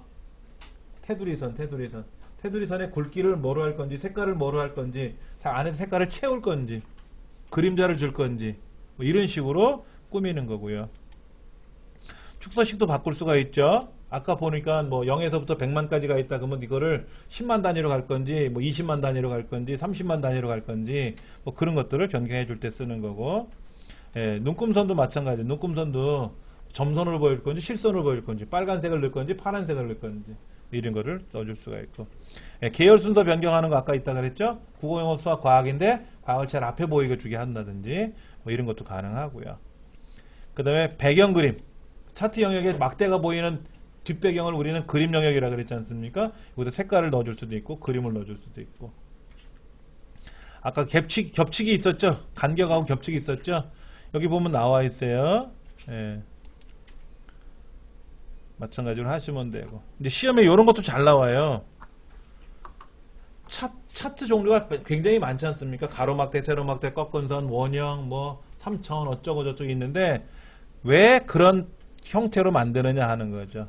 세로막대는 뭐예요? 높낮이를 보는 거죠.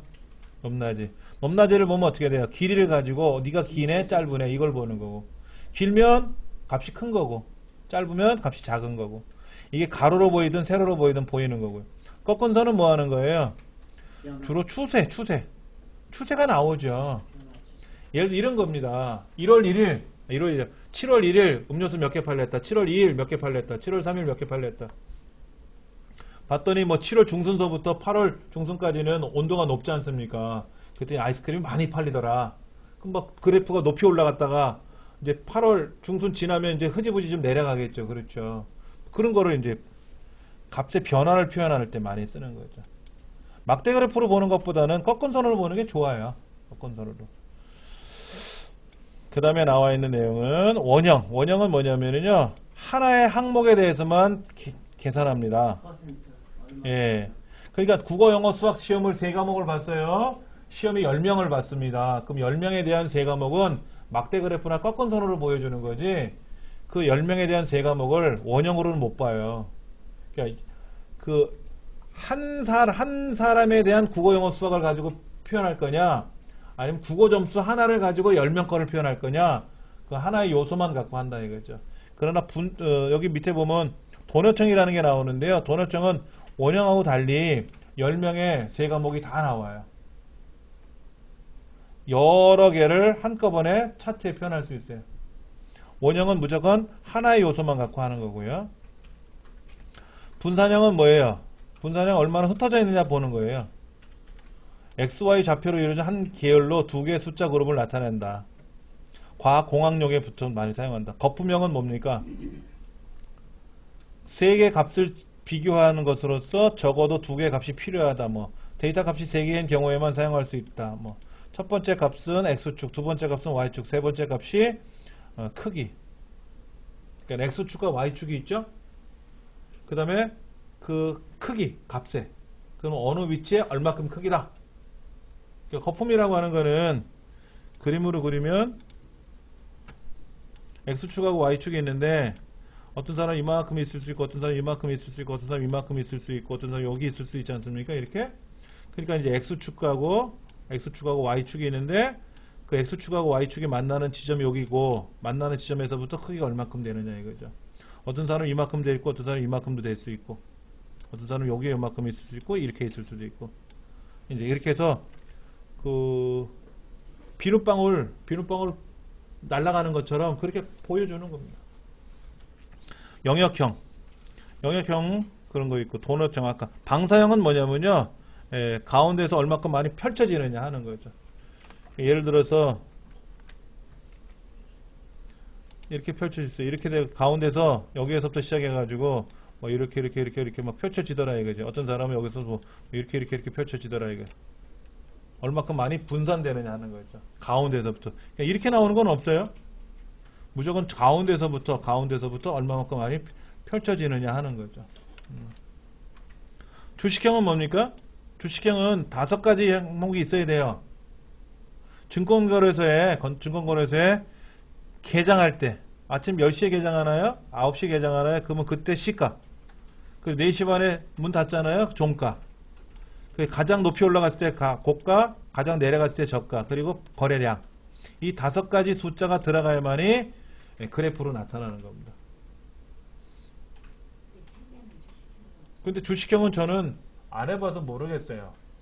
제가 주식형을 볼 일이 없거든요. 저는 개인적으로. 나는 많이 봐.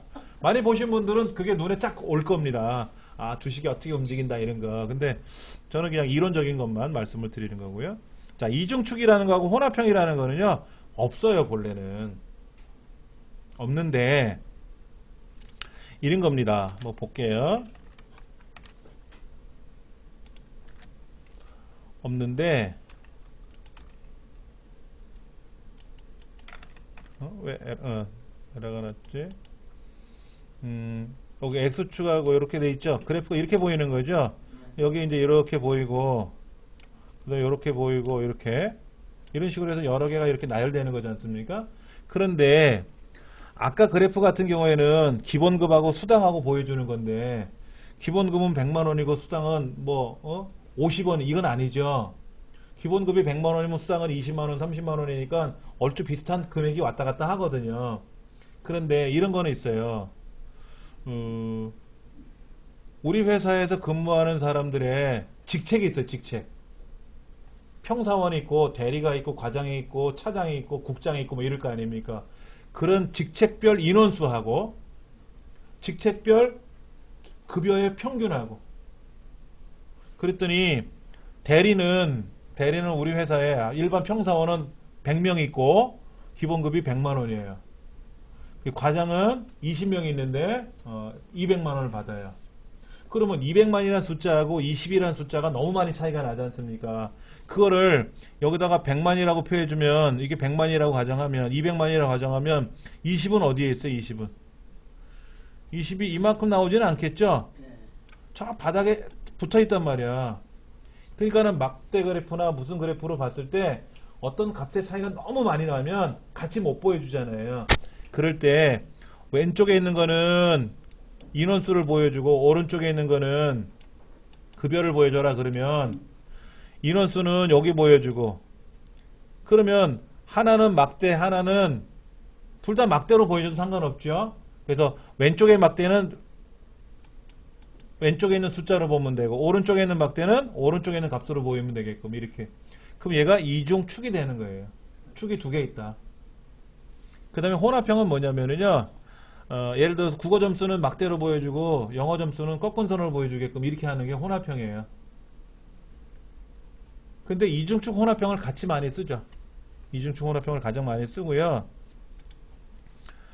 과거 버전에서는 혼합형으로 만들어라 라고 하는 기능이 있었어요. 근데 지금 버전에서는 혼합형이라는 차트 장치는 없고요. 내가 예를 들어서 국어, 영어, 수학 시험을 봤는데 수학 시험은 수학 과목은 꺾은 선으로 바꿔라 그러면 혼합형이 되는 거고, 그 다음에 영어 점수는 보조축으로 넘겨라 그러면 이중축이 되는 거예요. 그렇게 해서 수작업으로. 이중축은 어떨 때? 값의 차이가 많이 나는 경우. 계열의 값이 현저하게 차이가 많이 날 경우. 국어 점수하고 영어 점수는 예를 들어서 영어 점수는 1000점 만점이고 국어 점수는 30점 만점이라고 생각하면 값이 많이 차이가 나잖아요. 그럴 때는 이중축을 써야 되고, 둘 다 100점 만점이면 잘 본 사람은 100점이고 못 본 사람은 빵점이겠지만 그때는 별 차이가 없잖아요. 그럼 이중축으로 안 하는 게 좋겠고, 그런 정도만 기억을 하시면 좋을 것 같아요. 그 다음에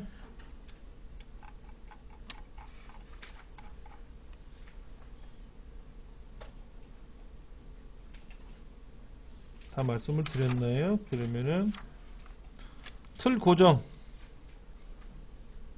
좀 보여드릴게요. 틀 고정은 제가 실습을 통해서 보여드리겠습니다.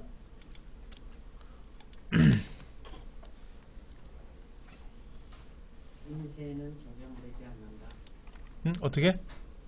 인쇄 시에, 예. 아래 한글은요, 인쇄용과 화면용이 구분을 잘 안 해요. 내가 화면에다가 이렇게 뭐 이렇게 꾸며 놓잖아요. 인쇄할 때도 그대로 나와요. 그렇죠.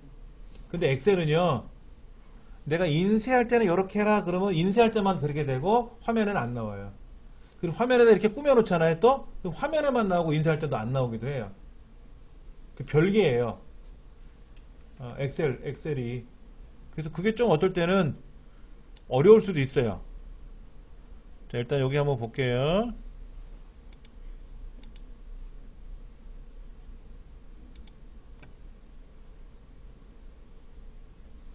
자, 제가 작업을 한번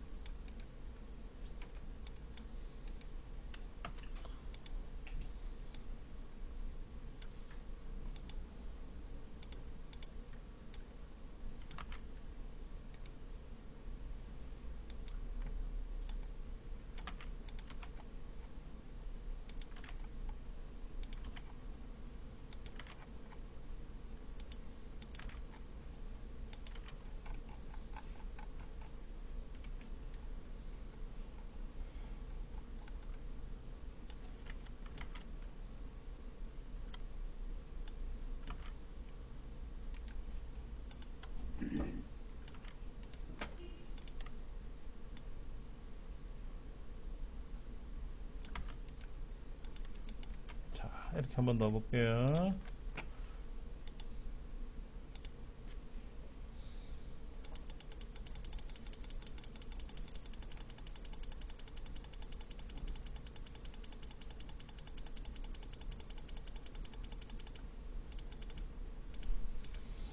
자, 데이터가 지금 굉장히 많죠? 예. 한 8개 데이터를 가지고 막 늘려놨는데, 자, 이렇게 내려갔더니, 이게 무슨 항목이죠? 올라가야죠. 올라가서, 상여금이구나. 옆으로 갑니다. 얘는 누구지? 얘 누구지? 그럼 어떻게 가요? 앞으로 가봐야죠. 이렇게 가서, 황성호 씨네? 이거지 않습니까? 불편한 거라. 내려가자니 위에가 안 보이고, 옆으로 가자니 앞에 이 사람이 누군지를 모르잖아요. 그렇죠? 그럼 최소한 뭐는 요 항목은 보여줘야 되고 이름까지는 보여줘야 되지 않습니까? 그럼 이 자리네. 여기다 놓고 틀 고정이라는 거예요. 틀 고정. 보기에 가서 틀 고정을 해요. 그럼 보세요. 여기 두 번째 줄이 틀이 고정된 거예요. 그러니까 제가 화면을 오르락 내리락 해도 이상이 없죠. 그 다음에 여기 C라는데 뒤에다 놓고 이제 틀 고정을 했지 않습니까? 그러니까 어떻게 돼요? 옆으로 가면 이 사람 건 그대로 살아있잖아요. 그렇죠? 이게 틀 고정입니다. 그러니까 틀 고정을 취소하면 들고 정하니까 뭐가 안 움직여? 자, 요거 보세요. 제가 움직이면 요 제목 줄이 없어졌잖아요. 네. 그 다음에 여기 있는 박준혁이라는 사람 거를 봐야 되는데 옆으로 가면 어떻게 돼? 이렇게 사람이 없어졌잖아요. 왼쪽 항목이. 그러니까 여기 박준혁이라는 사람 이름까지 하고 항목의 이름은 봐야 되니까 요 자리에다 놓고 요 자리에다 놓고 딴 데는 말고 여기다 놓고 틀 고정을 하는 거예요. 그러면 제가 화면을 막 움직이잖아요. 위아래로. 그래도 얘는 항상 살아있죠. 그리고 옆으로 가도 어떻게 돼요? 옆으로 가도 사람 이름은 그대로 나타나지 않습니까? 네, 요럴 때 쓰는 게 틀 고정이다. 네, 틀 고정. 근데 인쇄할 때는 상관이 없는 거고 화면상에서만 보는 거예요. 예. 창 나누기. 자, 창 나누기 보여드릴게요.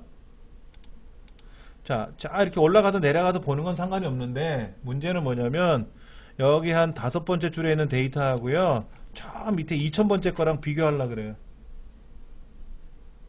그럼 2000번째 걸 보다가 올라가야죠. 또 올라가서 한 5번째 거 보고 또 내려가서 2000번째 거 비교하려면 불편하잖아요. 그래서 아무데나 놓고 예, 나누기를 해요. 그럼 창이 나눠지거든요. 이렇게요. 나누기 다시 들어가면 해제되고요. 이렇게. 그래서 얘를 왼쪽을 갖다 붙이면 사라지고 위에다 올려 붙이면 또 사라져요. 여기도 있어요. 여기 위에.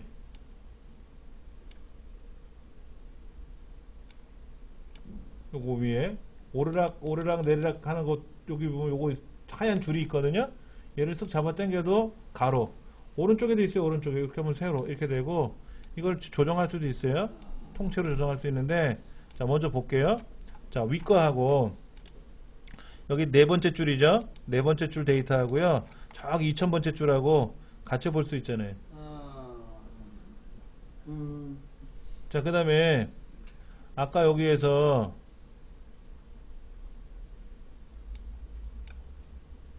이제는 이렇게 할게요. 왼쪽 거 오른쪽 걸 보는 거예요. 왼쪽 거. 여기는 이제 앞에 거를 보는 거죠. 앞에 거 보는데 여기는 저 오른쪽에 있는 걸 본단 말이에요. 오른쪽 끄트머리에 있는 거를. 여기 A, B, C, D 앞에 있는 거랑 저 끝에 있는 거랑 같이 볼 수 있죠. 예. 그럼 뭘 움직인 거예요 그때? 나누기 누르면 창이 나눠져요. 네. 그럼 여기는 이 끝에 걸 보려고 그러면은 어디 걸 끝에 걸 보신다고? 아니 지금 이 끝으로 왼쪽 거 오른쪽? 오른쪽 보려고 그러면은 요거로. 나누기를 그 나누기 아무거나 하셔도 돼요. 나누기 아무거나 하셔가지고 이렇게 놓으시면 되고요. 예, 여기 왼쪽 거하고 여기 BC, ABC 왼쪽 거하고 오른쪽은 저 끄트머리 거 보고 있잖아요. 지금요. 이렇게 끄트머리 거.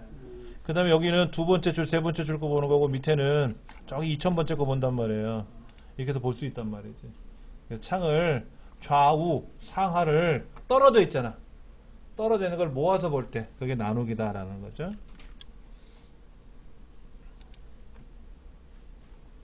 창 정렬은 뭐냐면요. 창이 지금 제가 하나만 열어놨는데 하나를 더 열어볼게요.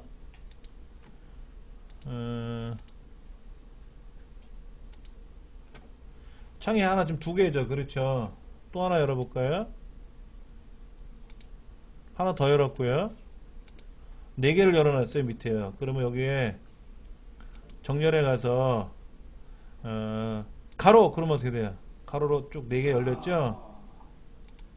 세로 그러면 어떻게 되죠? 세로로 쫙 열렸죠? 네. 그 다음에 바둑판식 그러면 어떻게 돼요? 그냥 이렇게 모이는 거고요. 계단식 그러면 어떻게 돼요? 계단식 이렇게 층계처럼 이렇게 쭉 모이는 거죠. 그러다가 나는 얘를 크게 보고 싶다 그러면 이걸 크게 누르면 그 보는 거죠 뭐. 자 그런데 요거 잠깐 한번 볼게요. 얘를 하나 더 복제해 보고 싶어요. 얘를 그때는 새 창을 누르면 새 창을 누르면은요 하나 더 생겨요. 똑같은 게. 예, 원래 거 하나 있고요. 그걸 복사한 게 하나 더 생겨요. 새 창을 누르면. 빈 창을 만드는 게 아니에요. 빈 창은 여기서 만드는 거지. 새로 만들기. 이거에서 빈 창을 만드는 거고 비어있는 창을 만드는 거잖아요. 그게 아니라 내가 지금 문서를 하나 만들어야 되는데 문서와 문서 사이에서 하나는 제1작업을 보고 하나는 제2작업을 보고 싶단 말이야. 제1작업하고 제2작업을 보고 싶은데 그렇게는 못 보잖아요. 아까 나누기는 뭐예요?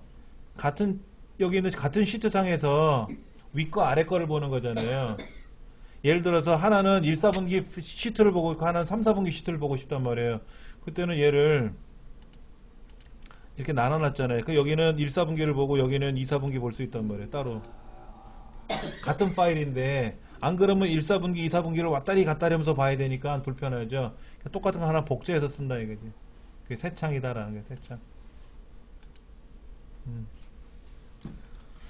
새 창이라는 개념은 이제 그런 거다라는 거죠. 자, 페이지 설정. 페이지 설정은 뭐냐면요. 인쇄할 때 또 쓰는 거예요. 예, 지금까지는 이제 화면상에서 보는 거고요. 이제 페이지 설정은 인쇄할 때 사용하는 건데, 인쇄는 이렇게 쓰는 거죠. 여기에 페이지 레이아웃에 가면 페이지 설정이라고 있어요. 이걸 누르시면 됩니다. 페이지 설정. 예, 여기에서 뭐 여백을 보셔도 되는데 이것보다는 제일 만만한 게 요거예요. 페이지 설정 대화 상자를 열어보면은, 자, 지금 얘를 인쇄를 하잖아요. 인쇄를 하면 한 페이지가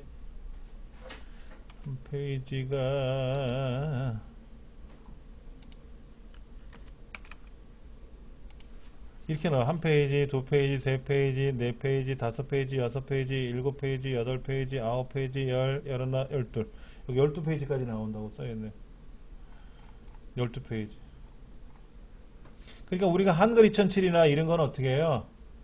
위에서 아래로 글을 쓰다 보면 페이지가 구분이 되는 거고, 파워포인트는 한 화면씩 작업을 하는 건데, 엑셀은 뭐예요? 동에서 서로, 남에서 북으로 왔다리 갔다리 하면서 글을 쓰지 않습니까? 그러니까 어디가 한 페이지고 어디가 두 페이지고 모른단 말이에요. 일단 써놓고 보는 거예요. 써놓고 봤는데, 여기 인쇄 미리 보기를 제가 한번 하고 들어가면은요, 이렇게 점선이 생깁니다. 점선이 생겨서, 보기라는 메뉴에 들어가 보시면 여기 페이지 나누기 미리 보기 들어가면은 어디가 1페이지다, 여기가 1페이지고 어디가 2페이지고 이게 보여요. 기본으로 보면은 그냥 원래대로 보이고. 근데 지금 이렇게 나눴을 때 1, 2, 3, 4로 갔어요?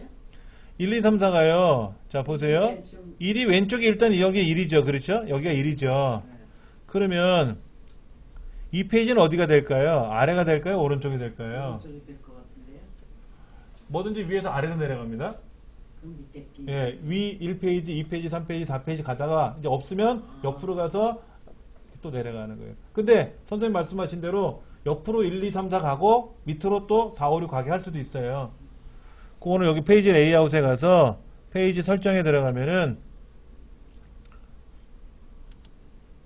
열우선을 하면 어떻게 돼요? 옆으로 가면서 1, 2, 3, 4페이지가 나오고요. 행우선은 위에서 아래로 가면서 1, 2페이지가 나오는 겁니다. 여러분 원하시는 대로 인쇄하시면 돼요.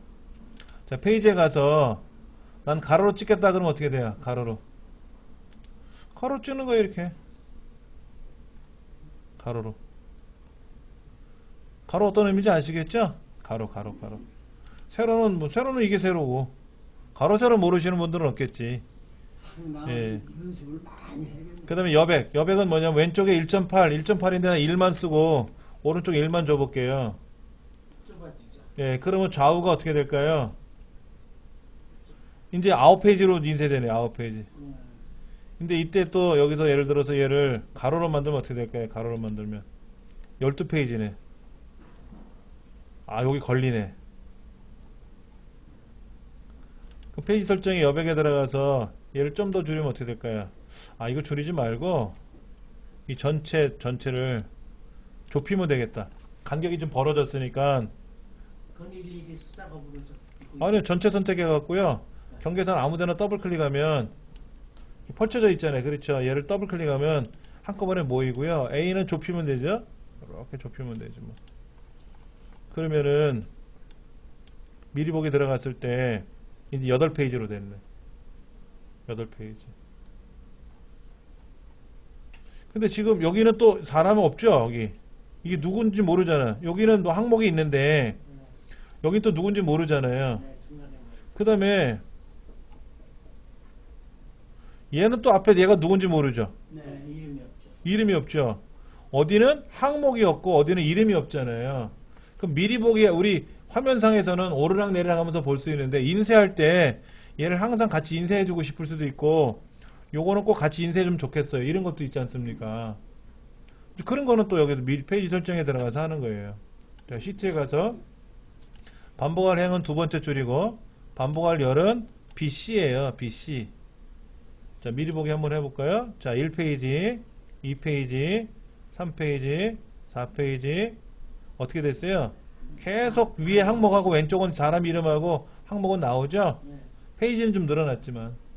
그러면 이제 페이지가 다른 페이지로 갈 때 저 위에 게 다 나온다. 예, 그렇죠. 그러니까 아까 우리 여기에서 틀 고정하듯이 인쇄할 때 따로, 화면에서 따로. 예. 그 다음에 머리글 바닥글이 시험에 좀 다 나오는데, 머리글 바닥글은 우리 책을 보시면은, 우리 책에는 상단에 뭐라고 써 있어요? 여기 책에 핵심 요약 대표 기출 문제라고 이렇게 나와 있고요. 아래쪽에는 뭐 몇 페이지 뭐 기출 문제 이렇게 나와 있고, 오른쪽에는 또 뭐 제2과목 스프레드시트 일반하고 몇 페이지 이렇게 나오거든요. 그러니까 위에 나온 건 머리글이고 아래 나온 건 바닥글인데, 이 책에서 머리글은 동일해요. 짝수 홀수 페이지 구분을 안 하고요. 우리 책에서 바닥글은요, 짝수 페이지 다르고 홀수 페이지 달라요. 홀수 페이지는 오른쪽 페이지는 페이지 번호가 오른쪽에 가 있고, 짝수 페이지는 페이지 번호가 왼쪽에 가 있단 말이에요. 그럴 땐 여기에서 어떻게 해야 돼요? 홀수 페이지, 짝수 페이지를 다르게 구분을 하면은 구분이 된단 말이에요. 여기에서 이렇게 되면은 짝수 페이지 같이 쓰는 거고요. 이렇게 쓰면은 달리 쓰는 거예요. 그래서 바닥글에 들어가서 예, 홀수 페이지, 짝수 페이지 따로따로 쓰는 거예요. 그래서 홀수 페이지는 오른쪽에 페이지 번호가 나오게끔 하고, 짝수 페이지는 왼쪽에 페이지 번호가 나오면 되겠죠. 그렇죠? 그렇죠? 그러면 이세서 미리 보기를 하면은, 자, 오른쪽 여기 1페이지 나와 있고요. 2페이지는 어디 나와요? 왼쪽에 나오죠? 3페이지는 홀수니까 오른쪽에 나오고요. 이런 식으로 따로따로 나오게 할 수 있다라는 거죠. 예. 그 다음에 또 뭐가 있냐면, 뭐 머리글에 들어가서 지금 짝수 홀수가 제가 구분을 따로 해놨지 않습니까? 이렇게 되면은 짝수 홀수가 구분이 없는 거고, 이렇게 하면 짝수가 구분하는데, 우리 시험에는 짝수 홀수 똑같이 보통 시험 문제를 내거든요. 자, 머리글은 상단에 있는 겁니다. 바닥글은 뭐라고요? 하단에 있는 거예요. 네. 근데 하단이든 상단이든 안에 들어가는 메뉴는 똑같아요. 근데 상단, 제가 머리글로 보여드릴게요. 화면에 위에 보여주니까. 여기는 이정밀이라고 쓸 거고요. 여기는 커말이라고 쓸 거고요. 여기는 뭐라고 쓸 거냐면 날짜를 쓸 거예요. 날짜. 보셨어요? 여기요? 자, 그럼 확인 누르면 쭉 이렇게 들어가죠? 미리 보게 들어가면 항상 페이지가 바뀌더라도 어떻게 돼요? 이 내용은 나오는 거죠. 얘가 하단에 나오면 바닥글이고 위에 있으면 머리글이고 그런 겁니다. 똑같은 겁니다. 그런데 요게 뭐고 하는 걸 시험에 낸다고. 여기는 시간. 그러니까 앰퍼샌드 괄호 안에 명령을 쓰는 거죠. 앰퍼샌드 대괄호 안에 날짜. 근데 여기는 뭐를 쓰냐? 그럼 전체 페이지. 여기는 해당 페이지. 나누기 누르면 어떻게 될까요? 전체 페이지가 이 10페이지인데 10페이지 중에 몇 번째 페이지냐를 보여주는 거죠. 볼까요? 자, 이렇게. 어떤 건지 아시겠죠? 예, 근데 요렇게 하고 싶다. 요런 식으로 보여주고 싶다. 그러면 어떻게 쓴다고요? 여기다가 아까 앰퍼샌드 아까 뭐 날짜 이런 거 있었죠? 날짜. 그럼 날짜가 나오고 앰퍼샌드 여기다가 뭐 시간을 쓰면 뭐가 되는 거예요? 시간이 나오는 거죠? 그렇잖아요. 여기에다가 똑같이 날짜, 페이지 번호, 전체 페이지 수 이런 거. 뭐 페이지 한 칸 띄우고 번호. 날짜가 둘째 오고 시간이 먼저 가도 상관이 없어요? 자, 얘를 여기다 갖다 붙여도 돼요. 이렇게 붙여도 된다고. 그럼 시간이 보이고 한 칸 띄고 날짜가 보이겠죠? 여기 시간이 보이고 날짜가 보이겠죠? 보이겠지 뭐. 여기는 또 뭐를 넣고 싶어요? 뭐 파일 이름. 이 파일의 이름이 뭐예요? G202-14C라고 써있네 여기 위에. 네. 그럼 그것도 같이 나오겠지 뭐 이렇게. 파일 이름 뭐 이런 것도 보일 수가 있고요. 예. 그런 거를 우리가 처리할 때 쓰는 것이 페이지에서 처리하고 어쩌고 저쩌고 하는 게 있더라 하는 거. 뭐 요거 보셨죠? 요거 아까 전체 페이지 수, 현재 페이지 수, 그다음에 날짜와 시간 보는 거. 그림 보시면 대충 아실 수 있습니다. 네, 이렇게 보시면 될 겁니다. 그림 서식은 거기에서 뭔 말이에요? 그림요? 그림 서식은 시험에 보통 잘 안 나오는데요. 한번 들어가 볼까요? 넣는다고요? 자, 여기다가 머리글에다가 여기다가 그림을 가져올 수 있어요. 그림을요. 그러면 예를 들어서 배너 그림을 넣어볼까요? 배너 그림을요. 근데 요 그림을 내가 꾸미고 싶을 때는 그림 서식이요. 그림을 꾸미는 거니까 보여드릴게요. 배너 그림이 들어가죠? 네. 몇 페이지마다 배너 그림이 들어가요. 그냥 전체 페이지에 예, 예, 예. 근데 빠져나오면 어떻게 돼요? 위에다가 조금 이렇게 나타나게 하려면 작게 아까 그 어떻게 한다고요? 그렇지. 이게 전체 이렇게 하면 글씨도 안 보이잖아요. 아, 여기 글자가요? 네, 그러니까 이 배너 그림을 저 위에다가 조그맣게 넣으면 아, 배너 그림을 여기다 조그맣게 요만큼만 넣고 싶다. 저 위에다가 그럴 때는 이제 여기 머리글에 가서 요 그림 있잖아요. 요 그림에 대한 요거 그림 서식을 들어가야죠. 머리글에다 하면 되겠죠? 아, 그러니까 머리글인데 머리글에 이 그림을 꾸며야 된다며요. 그러니까 그땐 서식을 들어가야지. 서식 꾸미는 거예요. 높이가 지금 그림이 33.68cm예요. 네. 또 10분의 30cm가 너무 크니까 얘를 어떻게 하면 돼요? 줄이면 좋겠죠. 어떻게 줄일까요? 10분의 1을 줄여야 되고요. 3.68 여기는 2.38 뭐 이런 식으로 한번 만들어 볼까요? 이 원래가 이건데 여기다가 점을 바꿔 놓게 이렇게요. 이렇게 얘를 바꾸니까 자동으로 바뀌네요. 네. 비율대로.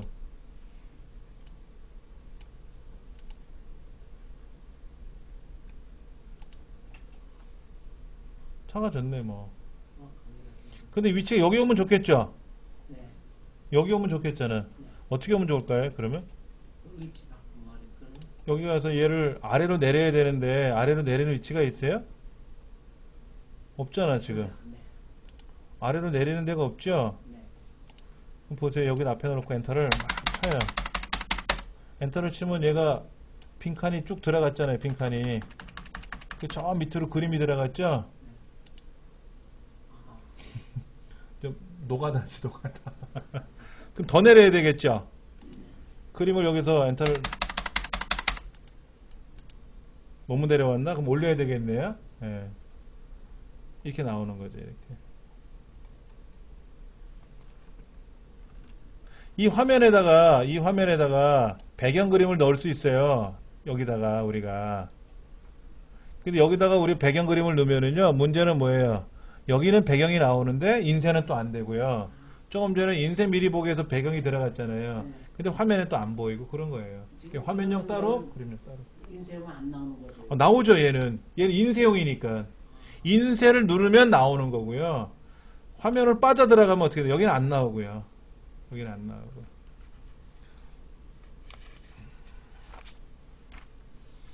자, 그 다음에 이제 아까 시트 반복하는 거 이런 거 말씀을 드렸고요. 인쇄에서 페이지 설정 들어가는 것도 했었고요. 아니 그 앞에 오피스 단추 누르고 보는 게나 인쇄 뭐 미리 보는 이거예요. 요거 눌러서 인쇄 들어가라고 이렇게. 오피스 단추 누르면 인쇄라고 있죠? 그럼 미리 보기가 이거고 아까 이거고 인쇄는 이거고 여기서 인쇄 들어가면 바로 이거죠. 그럼 무슨 프린터로 인쇄할 거냐 하는 거죠? 무슨 프린터로 인쇄할 거냐. 그 다음에 이건 뭐예요? 한 장. 몇 사람 줄 거냐 이거야. 나도 갖고 사장님도 가져야 돼. 그럼 2개지. 근데 인쇄하면 어떻게 돼요? 2장. 1페이지 2장, 2페이지 2장, 3페이지 2장 이렇게 나와요. 요걸 딱 찍으면 어떻게 되죠? 1페이지서부터 10페이지까지 사장님 거 먼저, 한 사람 거 먼저 인쇄 쫙 되고, 그 다음에 두 번째 사람 것도 한 세트 인쇄 되고. 이게 편할 수도 있고, 요게 편할 수도 있어요. 서로 달라요. 집에서 인쇄할 때는 제가 한 분씩 인쇄하죠. 그래야 이런 수만큼 탁탁 해갖고 갖고 오기 편하죠. 그런데 인쇄를 못했네. 그래서 사무실에 와서 인쇄를 해야 돼. 강의실에서. 그때는 이렇게 인쇄하면 어떻게 돼요? 앞사람 거 주고 마지막 사람 못 받아. 그때는 따로 인쇄해야죠. 이렇게. 그럼 어떻게 돼요? 만약에 20명 거 인쇄하라 그러면 1페이지 20개 찍고, 그럼 먼저 나눠드리고 설명하는 사이에 2페이지 또 20개 찍고 3페이지 20개 찍고 이렇게 할 거 아닙니까? 그럼 그때 이렇게 나눠드리면 되는 거죠. 방법론은 여러 가지가 있어요. 자, 그 다음에 이제 정렬 봅니다. 정렬 121번 77페이지 정렬이라는 항목을 좀 보는데요. 정렬은 뭐 하는 거죠? 크기 순서대로 나열하는 게 정렬이죠. 크기 순서대로 나열하는 게 정렬이고요. 기본적으로 줄 단위로 정렬합니다. 아까 데이터가 이렇게 있었는데, 자 보세요. 여기에 월 급여별로 정렬하라 그러면 어떻게 돼요? 데이터에 가서 정렬 그럼 월 급여별로 쭉 정렬이 되죠. 큰 거 작은 거 이렇게. 자, 근데 내림차순 하면 어떻게 돼요? 거꾸로 가는 거죠? 네. 그러면 얘를 정렬하고 싶으면 어떻게 돼요? 여기 항목이 월급이요, 뭐 국어, 영어, 수학, 뭐 이렇게 나갈 수 있지 않습니까? 그럼 칸 단위로 정렬할 때는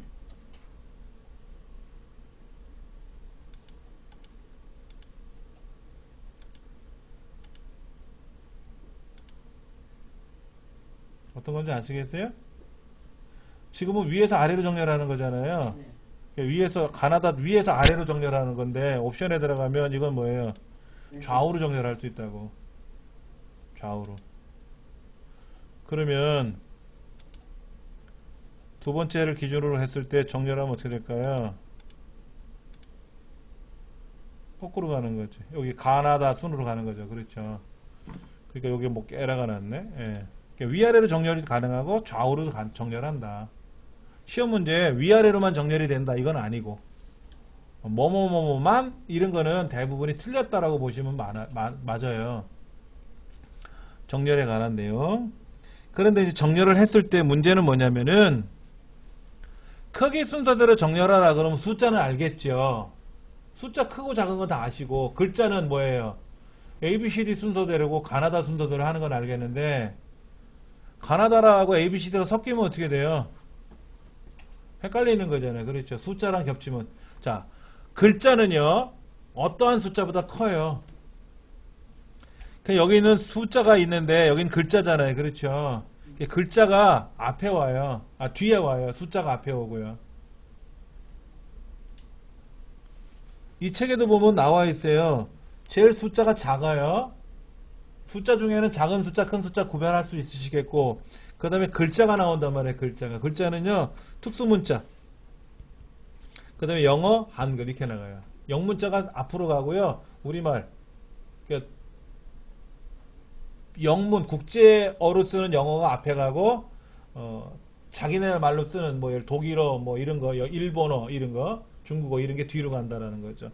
그럼 일본어하고 우리말하고는 순서가 어떻게 되느냐? 그건 시험에 안 나와요. 저도 몰라요. 예. 그 다음에 소문자가 앞에 오고 대문자가 뒤에 와요. 소문자가 작은 거니까 대문자는 크는 거잖아요. 그렇죠? 예. 그 다음에 논리값. 참이냐 거짓이냐. 참은 0이고요. 참은 1이고 거짓은 0이지 않습니까? 그러니까 0이 작잖아요. 그러니까 거짓이 앞에 오고 참이 뒤에 온다. 그리고 빈셀. 비어있는 거는요. 신경 안 쓰셔도 돼요. 비어있는 거는 항상 계산을 안 한다. 예를 들어서 여기 뭐가 비어있어요. 이렇게 비어있단 말이야. 그럼 정렬하면 어떻게 돼요? 정렬하면 저 끄트머리에 있어요. 끄트머리에 비어있잖아요. 그럼 오름차순 정렬하면 어떻게 돼? 오름차순 할 때도 빈 거는 생각 안 하고 하는 거예요. 무조건 빈 거는 무조건 계산 안 한다. 빈 거는 무조건 계산 안 한다. 이렇게 보시면 정확하다고 보시면 돼요. 그 다음에 왼쪽에서 오른쪽, 위에서 아래 이런 것도 구분할 수가 있죠. 대소문자도 구분하게끔 할 수가 있고요. 사용자가 지정할 수도 있어요. 사용자가 지정할 수 있습니다. 그 다음에 필터는 뭐 하는 거죠? 걸러내는 거죠. 걸러내는 거. 쉽게 할 수 있는 게 자동 필터고요. 복잡하게 쓰는 게 이제 고급 필터를 쓰는 거죠. 고급 필터. 그런 정도만 기억을 하시면 좋겠고요.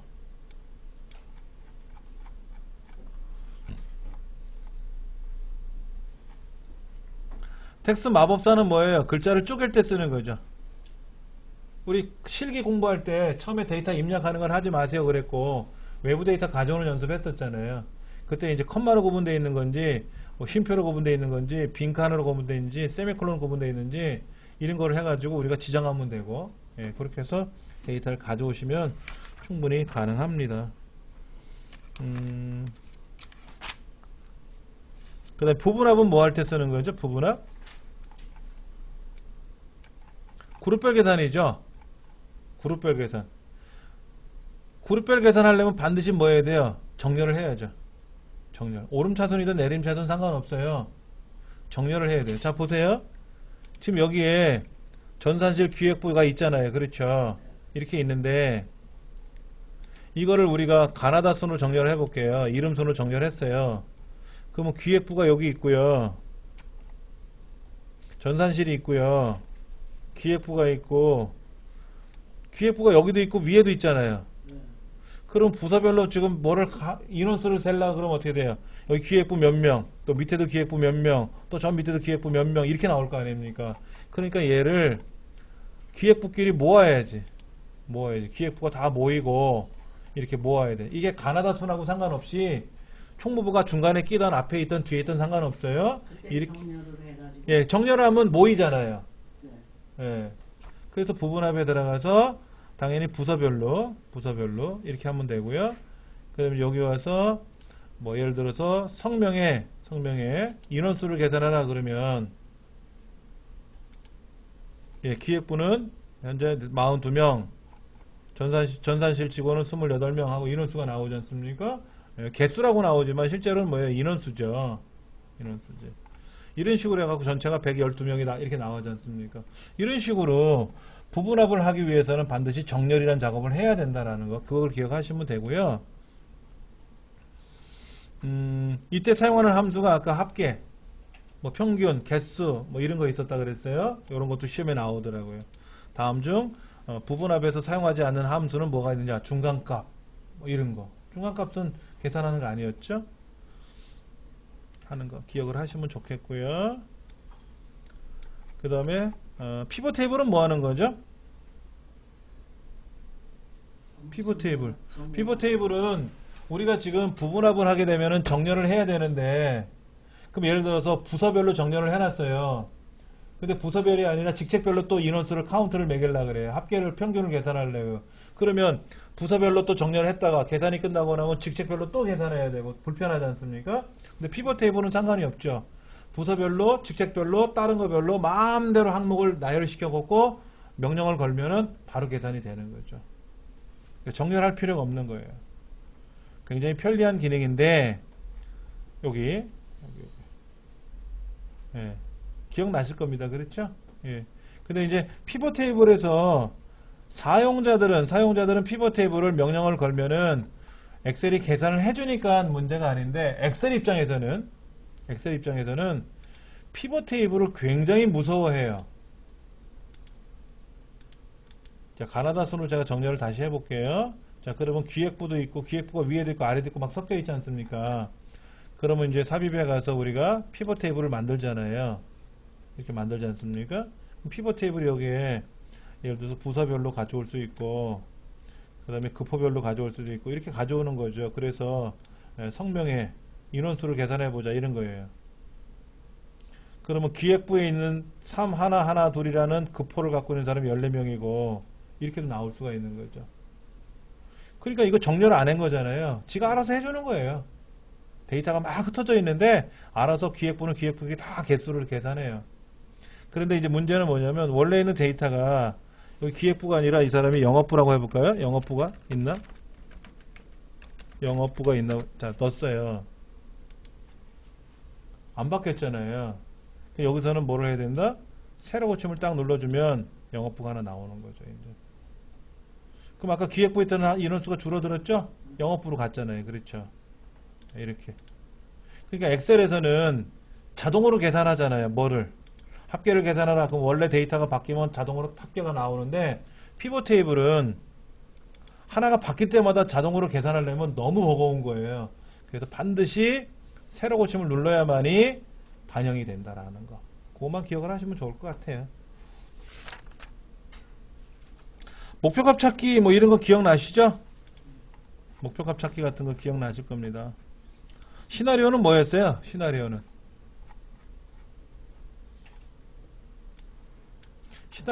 여러 가지를 예측해 보는 거라 그랬죠. 그렇죠? 예.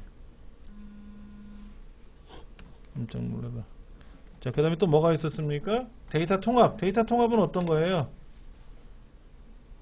이쪽에 1사분기, 이쪽에 2사분기. 지난 시간에 우리 예전에 했던 실습 문제 중에서는 뭐 인천공항, 김포공항으로 들어오는 외국인들 뭐 인원수 카운트 매기는 거 있었죠. 뭐 그런 것들 통합하는 거예요. 통합할 때도 사용하는 함수가 있죠. 다음 데이터 통합에 사용하지 않는 함수는 뭔가요? 그러면 뭐 최빈값, 중간값 뭐 이런 건 없다 그랬어요. 예. 만만한 게 합계, 개수, 평균, 뭐 최대값, 최소값, 곱 이런 거예요. 이런 거. 매크로 기억나시나요? 매크로를 만드실 때 중요한 건 뭐예요? 매크로 명령을 걸려면 개발 도구라는 탭이 있어야 된다 그랬죠? 그걸 기억하셔야 돼요. 그 다음에 매크로를 만들고 나면 매크로 대화 상자가 있다 그랬죠. 매크로 그 대화 상자 표가 있다 그랬죠. Alt F8번 누르는 거. 제가 요거 외우세요 그랬는데 매크로 대화 상자 보는 거. 자, 매크로를 우리가 버튼을 딱 누르면 네모난 동글뱅이 버튼 그림을 딱 누르면 합계가 구해주는 매크로를 만들어라 뭐 이런 거 했었지 않습니까?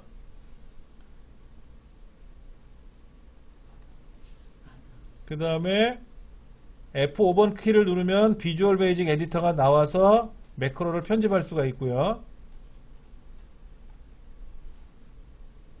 근데 비주얼 베이직에서 사용하는 명령이나 이런 건 시험에 나오진 않아요. 2급은 그냥 마우스로 클릭하고 움직이면 그게 매크로로 기록이 된다 그랬지 않습니까? 그런데 이제 커맨드 1급은 마우스를 클릭하는 게 아니라 명령어를 직접 입력하는 게 시험에 나와요. 그래서 1급은 좀 어려운 거죠. 그 다음에 또 우리가 이제 중요한 거는 매크로 이름을 만들 때 우리 엑셀에서는 이름 만드는 게 어디 있었어요? 여기 이름 상자에다 이름 만드는 거 있었죠. 이름 상자에다 이름 만드는 게 하나 있었고 개발 도구에 가서 매크로 만들 때 여기 이름 쓰는 거 있었죠. 이때 공통적인 게 뭐예요? 빈칸이 들어가면 안 되는 거죠. 빈칸이 들어가면 안 돼요. 숫자로 시작해도 안 돼요. 예. 밑줄로 시작할 수는 있어요. 예. 그런 것만 좀 기억하시면 좋을 것 같아요. 빈칸이 들어가면 안 되고 또 예, 공백이 들어가면 안 되고요. 공백은 들어갈 수 없고요. 그 다음에 뭐 곱하기라든지 물음표라든지 이런 점이라든지 이런 기호들이 들어가서 안 되고요. 그 다음에 첫 글자는 반드시 글자로 시작을 해요. 첫 글자는 밑줄로 시작은 가능한데 일반적으로 숫자로 시작하면 안 된다. 그러니까 1 매크로 이런 건 안 된다 이거지. 매크로 1 이거는 괜찮지만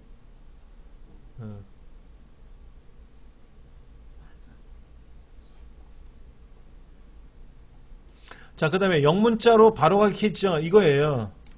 제가 여기다가 매크로 1이라고 쓰는데 컨트롤하고 Q를 쓰면 뭐가 돼요? 컨트롤 Q를 쓰면 제가 이 매크로를 작동시킬 때 컨트롤 Q를 딱 누르면 컨트롤 Shift Q 대문자네요.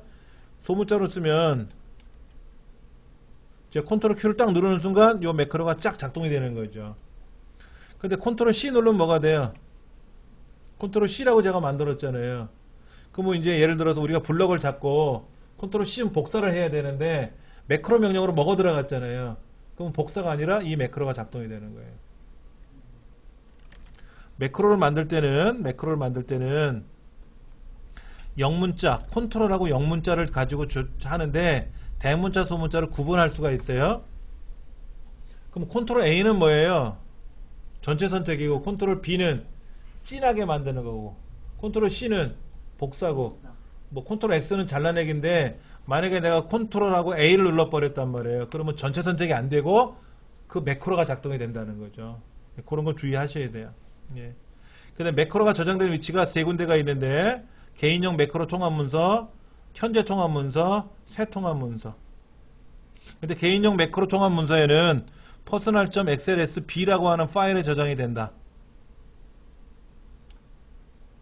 자, 개인용 매크로에 저장되는 파일명이 뭡니까? 라고 물어보면은 personal.xlsb다. 이걸 또 기억을 하셔야 돼요. 예. 그 다음에 매크로를 만들 때 우리 비주얼 베이직 에디터라는 프로그램을 이용해서 설명을 이제 거기다가 만들거든요. 한번 볼까요? F5번 누르면 F11번이었나요? F11번은 차트 만들어지는 거였고, 아까 Alt F11번이었나요? 아까 Alt F11번 누르면 매크로가 뭐 뜬다 그랬잖아요. 그렇죠? 어디 있었더라? 여기 있는 것 같은데. Alt F8이고, 응? 왼쪽에 있었나? Alt F11번 요거 있네. 그렇죠? 눌렀더니 이렇게 뜬 거예요. 자, 볼게요. 여기다가 제가 명령을 걸고 싶어요. 여기다 명령을 걸고 싶은데, 여기다가 이곳은 차트를 보여주는 공간입니다. 라고 글자를 딱 썼더니, 야, 이게 뭔 소리야? 이러는 거네. 제가 명령을 썼잖아요. 이게 명령을 썼는데 매크로가 매크로 이 비주얼 베이직 편집기가 이 글자를 못 알아보는 거예요. 지금요. 무슨 명령을 잘못 썼다라는 거예요. 근데 저는 이게 명령이 아니라 설명을 쓴 거잖아요. 설명. 그때 헛다운표를 치는 헛다운표. 그러면 녹색으로 변하면서 얘는 이 프로그램이 인식을 안 해요. 그냥 사용자가 설명을 해놓은 거구나. 이거를 우리는 뭐라고 부른다? 주성문이라 그래. 주성문. 설명이라고 써있죠. 설명. 이걸 다른 말로 뭐라고 한다? 주석이라고 해. 주석. 그럼 주석은 다운표로 하라고 했잖아. 네, 이거는 이제 설명문이죠. 설명문. 이거는 뭐다? 비실행문이에요. 실행을 안 하는 거예요. 네, 헛다운표를 치고 설명을 기록한다. 이렇게 하는 거. 네, 앞에만. 홈페이지 만들 때는 또 설명문이 또 달라요. 설명을 쓸 때 뭐 슬래시 별표 쓰고 설명을 쓰고 또 별표 슬래시 아니면 또 무슨 명령 또 달라요. 뭐 언어마다 설명을 쓰는 명령어가 헛다운표 치면 되는 건지 그거는 또 그 언어에서 공부를 하셔야 되겠죠. 헛다운표를 치면 된다 하는 거 기억을 하시면 될 것 같습니다. 자, 85페이지 3번 문제 볼까요? 3번 문제. 여긴 지금 문제가 안 나오고 제가 써볼게요. 자, 매크로 이름으로 사용할 수 없는 거 되는데 자, 이렇게 썼네요. 매크로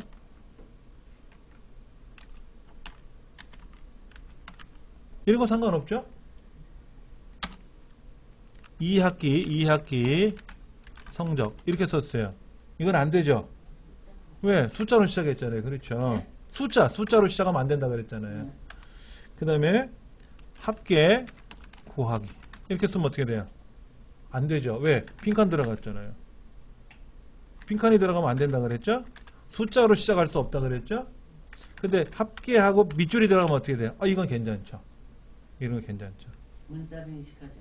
예. 그런 거 상관없어요. 그 다음에 뭐 차트 1 계산하고 이렇게 썼어요. 영어로 시작했네요. 그렇죠? 숫자 중간에 숫자 들어가도 된다 그랬죠? 소문자 대문자 상관없어요. 상관없어요. 컨트롤하고 뭘 눌렀을 때 대소문자 구별한다고. 매크로 이름에는 대소문자 신경 안 쓰셔도 돼요. 그 대문자로 써도 되고 소문자로 써도 되고 근데 이렇게 빈칸이 들어가면 안 되고 숫자로 시작해도 안 되고 밑줄은 들어가도 되고. 그럼 요게 틀린 거죠. 다음 중 매크로 이름으로 적절하지 않은 걸 골라시오. 그러면 요게 답이 되는 거죠. 예, 숫자로 시작했기 때문에. 예.